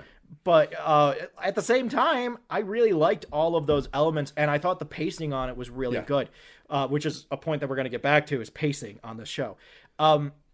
I even silly things like them going through his office when the Imperials finally take his office. When what's her face? Why can't I think of Dedra. Dedra shows up and they have that face to face. Somebody pointed this out online and I didn't really catch it. When she asked him what in here is fake, and he said, "Well, there are 2 things." And it's like, oh, that was such a fucking badass line. Yeah, dude, he knew what was going on. He knew it was done, and he knew from the time he ran into Red Hair Mustache, who we were just lamenting had disappeared from the show. He's back. He fucking kills him in cold blood. Kills him in open cold blood. He's just like, dude, I need you dead. And that's fucking This show's so badass. No, I really liked this, especially because it gave us so much more of a look into Clea and Luthen. Yes, as characters. And that's what I loved about this flashback thing, which we usually hate, is because this quite literally was the beginning and the ending of their relationship in one episode. Yeah, and it was fucking heartbreaking. And it really is that relationship that even when she's like, "Am I your daughter now?" He's like, "When it's useful." Yeah. And because like even at the end there, are they lovers? Are they parent and child? Are they equals? Are they partners? Oh, I don't think they were lovers. Like the way she was looking at him, I definitely got that father-daughter vibe. Yeah. Yeah. And it was... Because sometimes there were moments where I was like, I don't know what your relationship is to each other. Like in moments where like Clea is trying to convince him to keep up with the rebellion, and he's like, I can't even keep track of what's going on anymore. Yeah. I was like, this seems more like a partner fight than like a father-daughter fight to me. And whether it's sexual partners or just business partners, it seems like 2 people on equal standing. But I agree, by the end, she really seemed like this wasn't just her killing her partner. Yeah. This was her killing her partner, her dad, her friend. I got a lot of Batman and Robin vibes. I think that's a good analogy. It's a partnership, but he's still his ward and has to be, he knows that he's younger. But I don't ever see it becoming physical just because for what they've shown of Luthen, he wouldn't allow that to happen because that could make things more complicated. Yeah. That's a good argument. I Yeah. like that argument. But I just really like this whole it was so episode. good. It's really well done. I do have a few gripes. I don't mind. This is another recurring point that we're going to get back to. The Imperials are kind of stooges, which they're turning into it. like at times. Yes. At times they're not. And then at times it's like, so the upper level Imperials are all hard-nosed, like, you know, full-on Empire people. And then anybody under them is a stooge. Yes. And like when the woman is like explaining how cool this setup is and how she can't send stuff back and making jokes, I'm like, I don't mind this, but this also doesn't feel like the Empire to me. Same when in episode 11 when they're scrubbing the footage from the hospital and the guy at the console is making jokes and trying to network with the Empire. And even the Empire's like, that is not what we're here for. I was just like, I don't... See, the thing I appreciated, and I thought of that scene when I watched it, I thought of something you said. This was like an IT person in Star Wars. Yeah. Like, that's what an IT person would do because they have no social... But the more I think about it, the more that scene annoys me. Yeah. In episode It was 9. it was unnecessary. Well, not only is it unnecessary, it breaks Berger's law. Yeah. It takes me out of the story. Yep. Because we are told over and over again in episode 9 that Mon Mothma is the linchpin that is the only thing holding the Alliance up against the Empire. And the Empire knows her position and knows that she's going to have something to say, which is why it's this whole big deal that she even gets the chance to speak. So when her comm goes out, there's no urgency about like, oh, her recording device is gone. Man, I was just going to take my 15. Do you think I can still take my 15? I'm like, I have never seen the Empire do this. Yeah. Where they are just like, this thing that is super important, that has to get done, unless it could be a moment for comedy, in which case we could use some brevity. And that's the thing that surprised me, and then same with the scene in this episode, is there's really no comedy in these shows. So it's like, why would you feel you the have these need weird to interject? shoehorned in comedy moments. It was unnecessary. And you're just like, in a world where the pacing on the show is already so problematic. Yeah. To show my hand a little bit, the pacing on this show is going to cost it a full letter grade. I got you. I just, there's moments in this where the pacing is great. You know, I really do like it when they're going through Luthen's collection. Yes. And we see them going through all of his electronics and pulling out all of his clothes and looking through all of his bins. And There's Imperial CSI is pretty much what it was. There's a Gungan skull and they're running exactly like CSI. I like that. But at the same time, there are a lot of moments in this show where that kind of thing happens. I refer to it in my mind as like prestige television. Yeah. Where it's like when Game of Thrones would take its time and allow the pacing to be natural, which is great. But unfortunately, Disney hasn't allotted us that. Yeah. So I'm kind of annoyed that we're taking our time and pacing out things in this way when there's other stuff that I feel like we should talk about. Like, similar to No Way Home, where it's the best of those Spider-Man movies in my mind, because it takes the 5 Spider-Man movies that came out before it and basically rides those coattails. Yes. As much as I love these 3 episodes, there was a resounding, recurring feeling in my mind of, man, it's a good thing I've watched Rogue One, because otherwise I would have no fucking clue what is going on. Yeah. I would get to this point in the show and I would have no fucking clue what is going on. What are you talking about, Kyber on Jeddah? What's Scarif? Why would I care about this? And in my mind, I'm going back in that Burger way of I'm now taken out of the show. And all I'm doing is running through my mind. Was Scarif the Miami planet that Cassian was on before he went to prison, and it just gets retrograded into this other thing? No, that's not it. Scarif, I had to look it up, had not been mentioned in this show yet. Yeah, no, up until that point. So when it's brought down like this hammer, you're kind of like, okay, I know what that means. But what does that mean to you? Yeah. I don't know what that means to you. So I just take what it means to me and I put it in your shoes. But that's not characterization. That's not building. This is a show that has action sequences, but is largely a character-driven drama, right? There's a lot more moments of pathos and talking than there are shootouts. I can't blame the creators for this because it was, as you predicted, Disney came in and said, hey, Andor does pretty good numbers, but not as good as we want. Yeah, you got one season. We're going to give you one more season.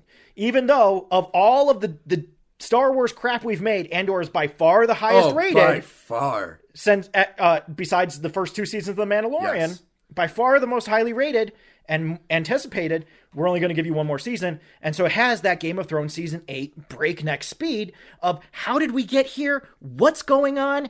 When did this happen? Why are you a fully different person? And it's like, it's one thing when Willman shows up and he has a limp. And I'm like, okay, I don't really fucking care. He had his leg crushed at some point. He has a limp now. Whatever. To show that time had passed. Yeah.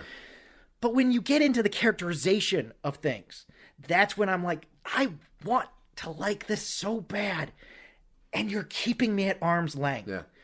I can see that. The metaphor I realized today was going off of that idea of Star Wars being a friend's house that you go and hang out at. And sometimes it's really depressing and you don't want to be there. And sometimes it's like the old times and you're like, this is great. This is why I'm friends with Star Wars. Andor at times feels like you go over to Star Wars' house on your one day off to watch a show with Star Wars and you're having a great time. And then you can't come back for another week and then you come back next week. And Star Wars has been watching the show while you were gone. And so now it's a new season. And it really feels like when you watch 3 episodes of season 3 of Dexter and then 4 episodes of season 4 of Dexter and then 2 episodes of season 2 of Dexter, it feels like that, which I guess is an accomplishment because you can see the structure of what Tony Gilroy and his team were trying to build. But ultimately, I'm frustrated by it. Well, I think, and I am going to put a lot of emphasis on Disney and Kathleen Kennedy and Lucasfilms. I think in going back to just what we've heard about Rogue One and how they've edited the shit out of that, I think they wanted this, Disney, but then they wanted it changed when they saw the final outcome. They didn't like the final. They didn't like the final outcome. And that's the part that infuriates me, because I'll be honest with you. I'm going to take the 2 seasons of Andor and Rogue One, and if you break them down, it equals about 9 movies. Yeah. For a non-Star Wars fan who really doesn't like the 9 original movies in the Skywalker saga, these 9 movies are what a non-Star Wars fan wanted from Star Wars. I agree. And to me, this is Star Wars. Yeah. And it's a small sampling. It only takes place in between 2 movies.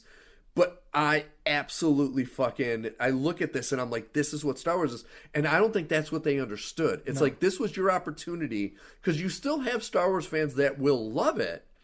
But this is your opportunity to bring in the non-Star Wars fans like me to gaga over this shit. And they've gotten some. They've absolutely gotten some. The stuff with Gorman was a huge hit. Oh, People my God. were talking about that all place. over the place. Yeah. That was a huge hit. And the show is incredibly prescient for what it's talking about.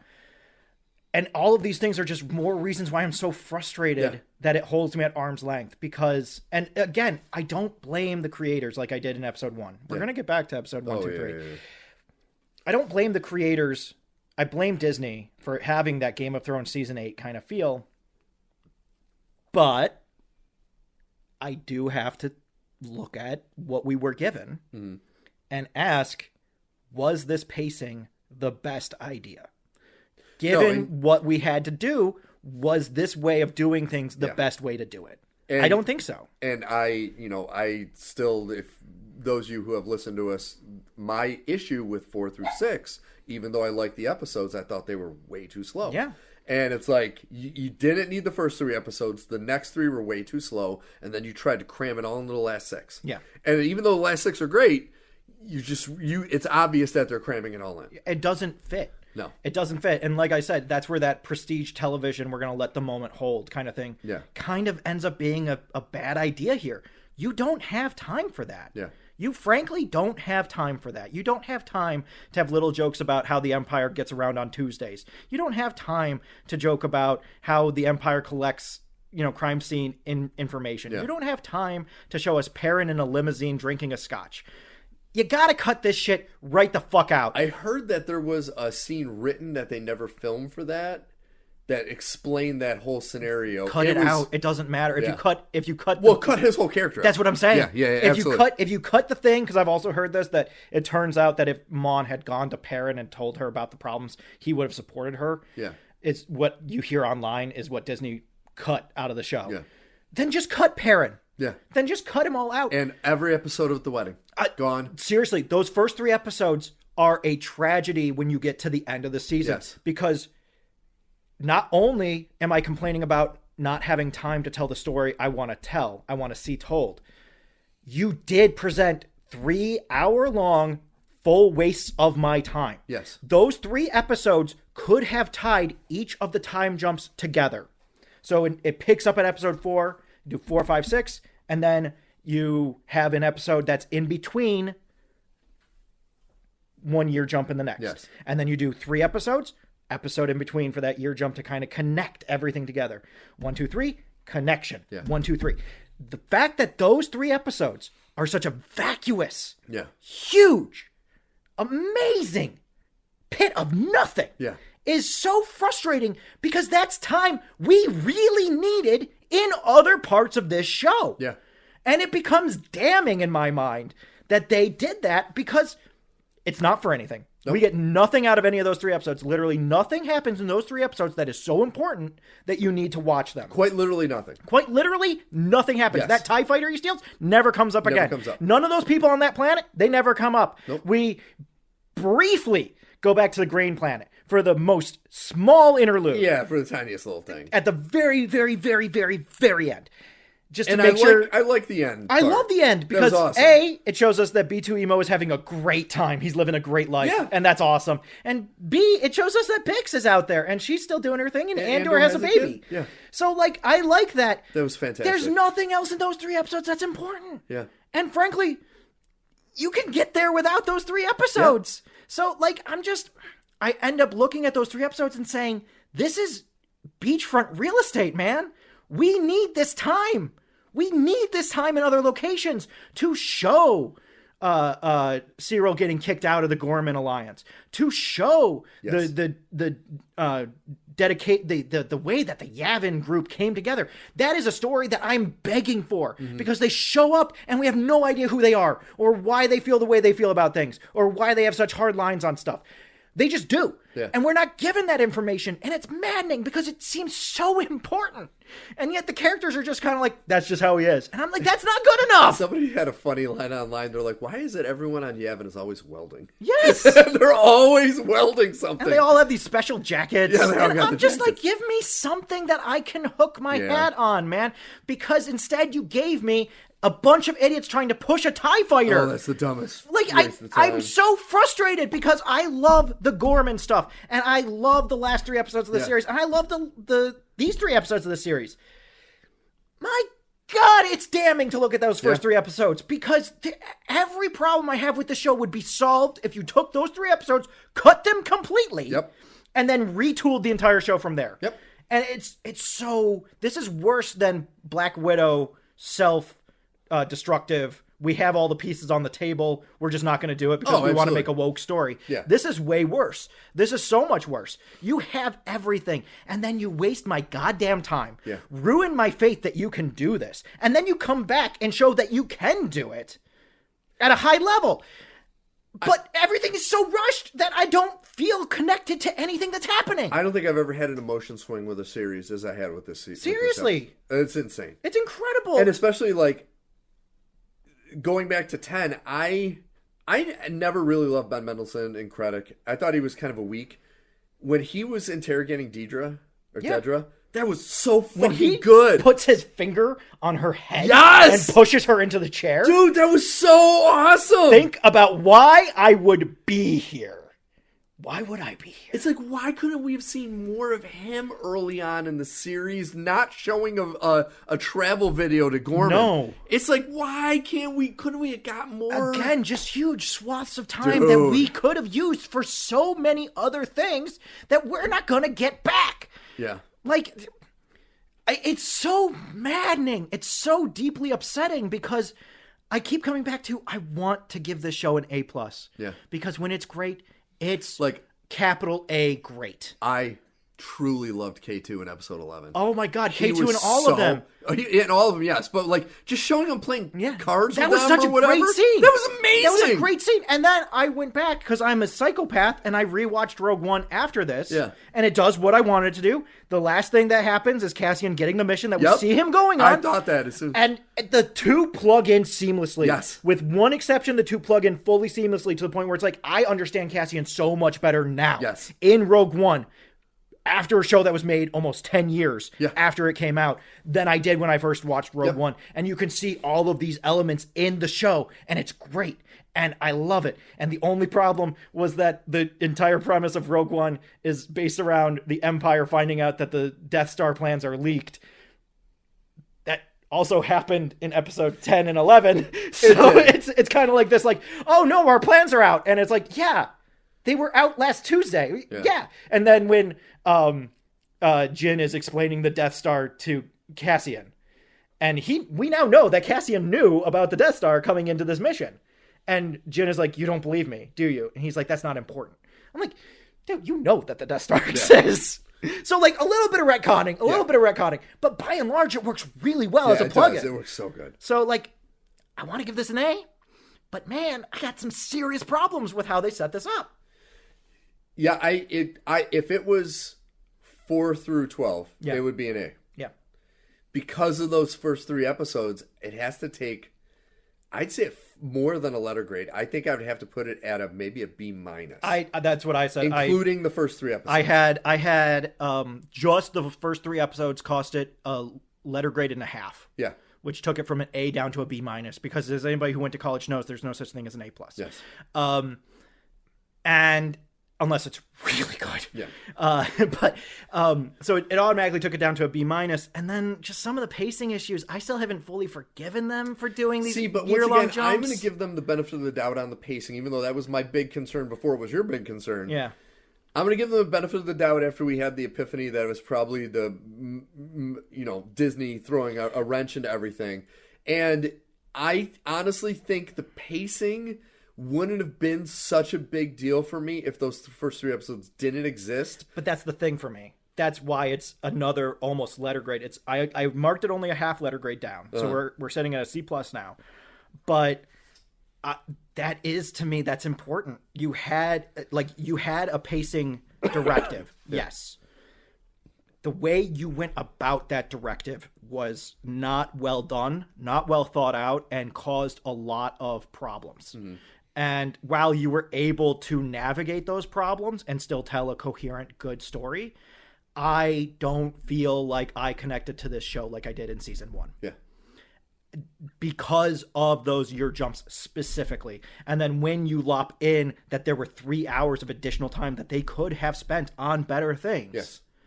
That's damning. Yeah. That's so bad. So I end up with a C, which is like, that sucks. And I hate giving the show a C because I want to give it an A. It's like so bad. Both our grades, I think, should have an asterisk next to it, though. Yeah. Because people would hear a C without hearing the context. They'll think you just didn't like the show. But hearing the context puts it more into perspective where it's like, okay, you do appreciate the great parts. When it's great. It's great. It's capital GREAT great. Yes. Okay? It is so good. The stuff with Gorman is so good. But then even the smaller moments. Melshi and Cassian and Kay playing poker was one of my favorite scenes. One of the best moments in the entire series.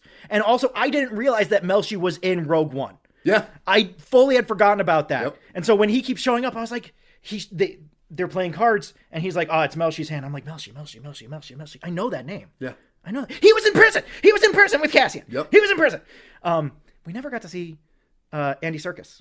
No, but I do love that we got Dedra in the prison. We did get her in the prison. That was great. And her just breaking down and crying. Because I got to give them credit. In that final 3 arc, they made her fucking evil. Yeah. Well, she had broken bad at that point. Oh, absolutely. After the Gorman incident and Cyril dying, she had gone off the deep end. Oh, and so she was fully obsessed with Axis and solving this, even if she had to break the Imperial laws to do it. Yeah. And the Empire was like, hey, jackass, not only did you break our laws, you made us vulnerable. to outside attack because of your idiocy and your obsession.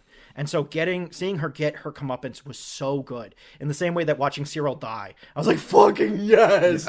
So watching her go into prison, I was like, yes. Seeing her in a cell, yes. Seeing her talking to Krennic and not understanding why she's in trouble. Dude. I was like, this is awesome.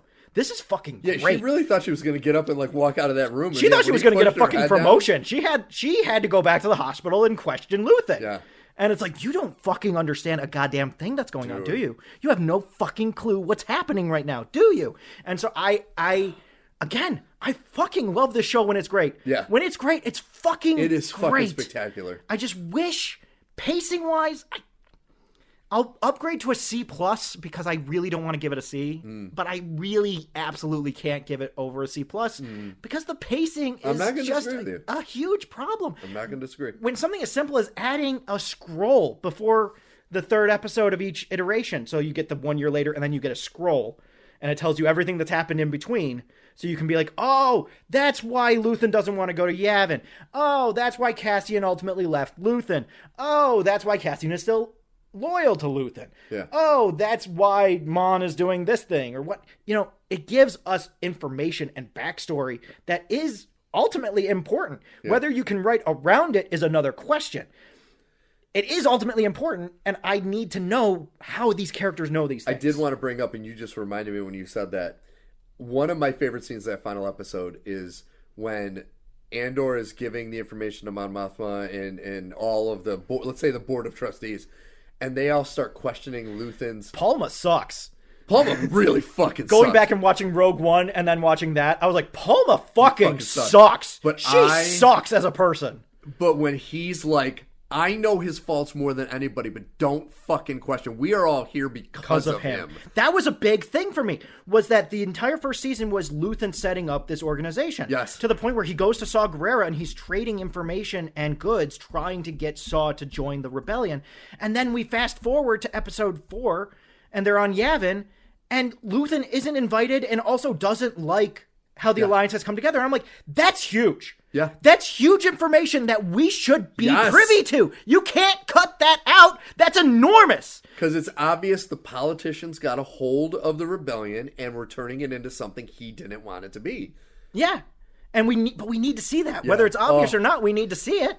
Like, so good. It's like, that's another thing, is that it would be great to see these moments. Yes. I want to see why Cassian is welcome on Yavin. I want to see what his whole thing is with the Red Squadron or whatever group it is that's running Yavin with Draven's unit. I want to know what that connection is. I want to know when that happened. I want to see how that happened. I want to know why he keeps sticking around. I want to know why Draven keeps letting him do these things. Yeah. But then you end up with these moments that drive me crazy where Vel is like, oh, they were going to promote him. And then he went off and did this. And I'm like, what do you do? Run through the mess hall without pants on? That's not enough. Yeah. That's not good enough. Him just leaving is not good enough because you haven't told me everything else about the situation. Yeah. So it's frustrating. And both times he left for very good reasons. For extremely good reasons. Very good reasons. So it's just like, I just end up being like, I love this. I am so eternally frustrated by it. Yeah. Because it's like if your kid painted the Mona Lisa on the side of the school. You're like, that's great. And also going to be a real problem. Yeah. And going to have actual consequences. I can't sit here and be like, you're a great artist, kid. Good job. I do have to tell you, you can't do that. Yeah. And it's frustrating. It is so frustrating. But you know what? Once again, as a non-Star Wars fan, I'm so grateful for these shows and for this and for the movie because it really made me feel part of the universe that everyone is so gaga over. Yeah. Because this is the grounded side of it that I've always wanted instead of the over-the-top soap opera-y stuff. Well, I was going to say, I think the thing that does this for you, and you can disagree, I think the thing that does this for you is that this is the least fantasy of the Star Wars stories. The Star Wars typical, the overarching storyline of Star Wars, in my opinion, is best when it is high fantasy in space. Yeah. I've had arguments with people over this. People are like, it's sci-fi. It's not sci-fi. It's not. It is not sci-fi. Science fantasy. Star Trek is sci-fi. Yes. This is fantasy in space. Yes. Okay?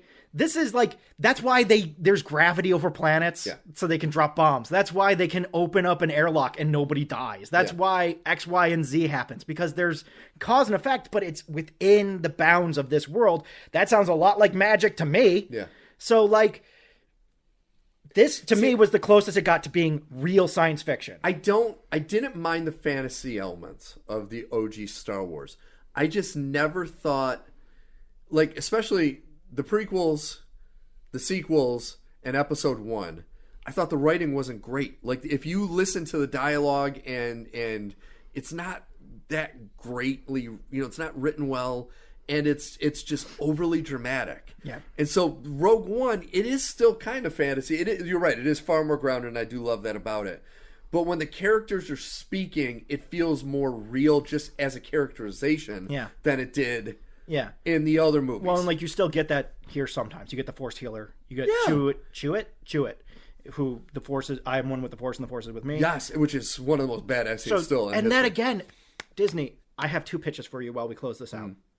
If you're going to make any more Star Wars stuff, I'm going to tell you right now, no more Jedis, but do the Force. What does that mean? That means that we're talking about people who are Force sensitive but not trained in the Jedi arts. Thank you. Okay? So that's a whole realm of people and animals. Yeah. It's a huge element.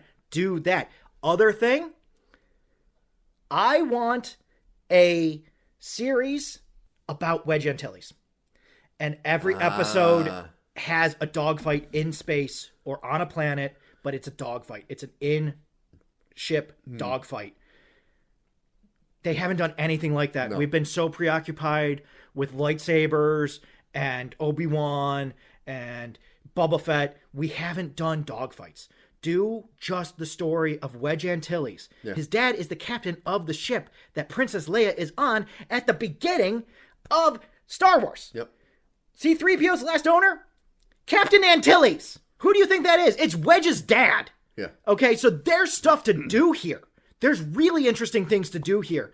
And just, like, I just want something that isn't so macro and isn't too micro either. But I want something that tells stories we haven't seen and isn't like, I'm going to subvert the story. And isn't like, oh, what if we had like a crazy thing, like a weird casino planet? Yeah. And it's not like, oh, you know what? The Jedi are a cult and they don't even know how to use the Force right.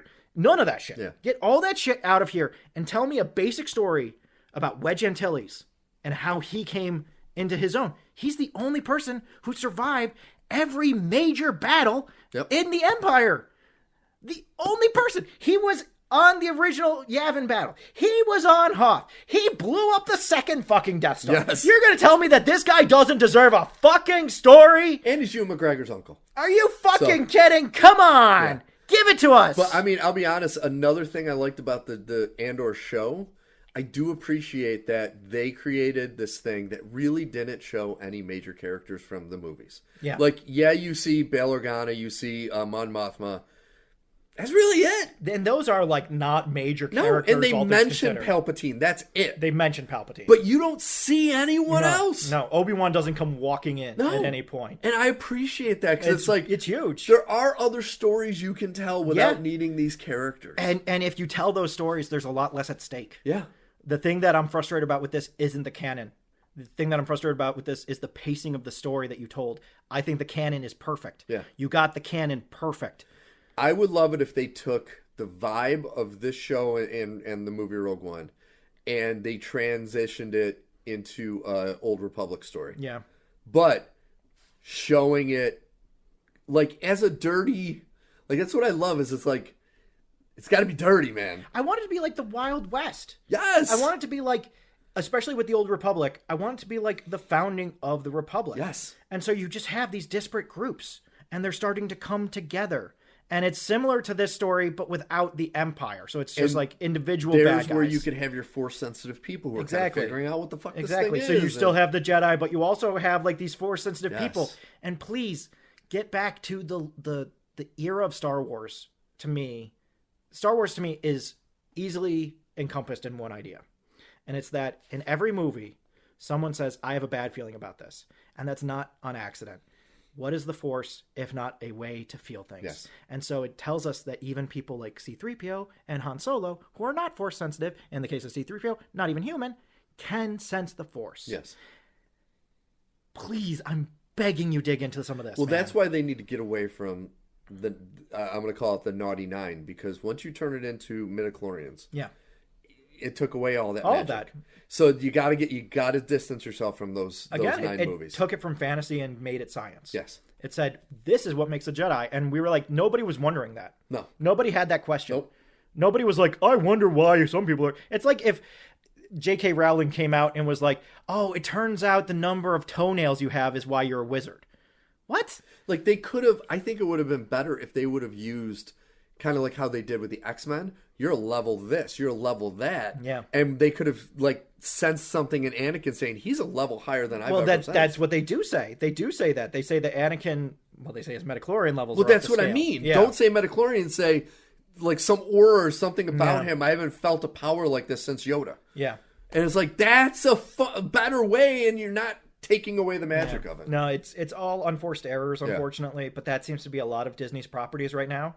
Is just unforced errors. Nobody told them to do Snow White this way. Disney Nobody sucked told them to do balls. Lilo and Stitch this way. Yeah. Nobody told them to do She-Hulk this way. Nobody told them to do Well, see, the problem is Acolyte this way. nobody told them not to do it this way. Yeah, that's the real That's problem. the biggest problem. It's a hall of yes men. Yes, Divided into different groups where all of it is yes. absolutely. And it's just bad. And I'll be honest, that's the thing that I find refreshing in my current job. There are times when I say no to people you shouldn't say no to, and I kind of get a look, and it's like, you got to say no. You got to say no. Not everyone is perfect. Yeah. Not everyone knows what the fuck they're doing. I had to do Gotta that tell them today. No. Yeah. I had to do that today. I had somebody say, "Hey, we're prepping this new thing," and I was like, "Okay, you should know it's not going to make it on next week because it's Memorial Day." Yeah.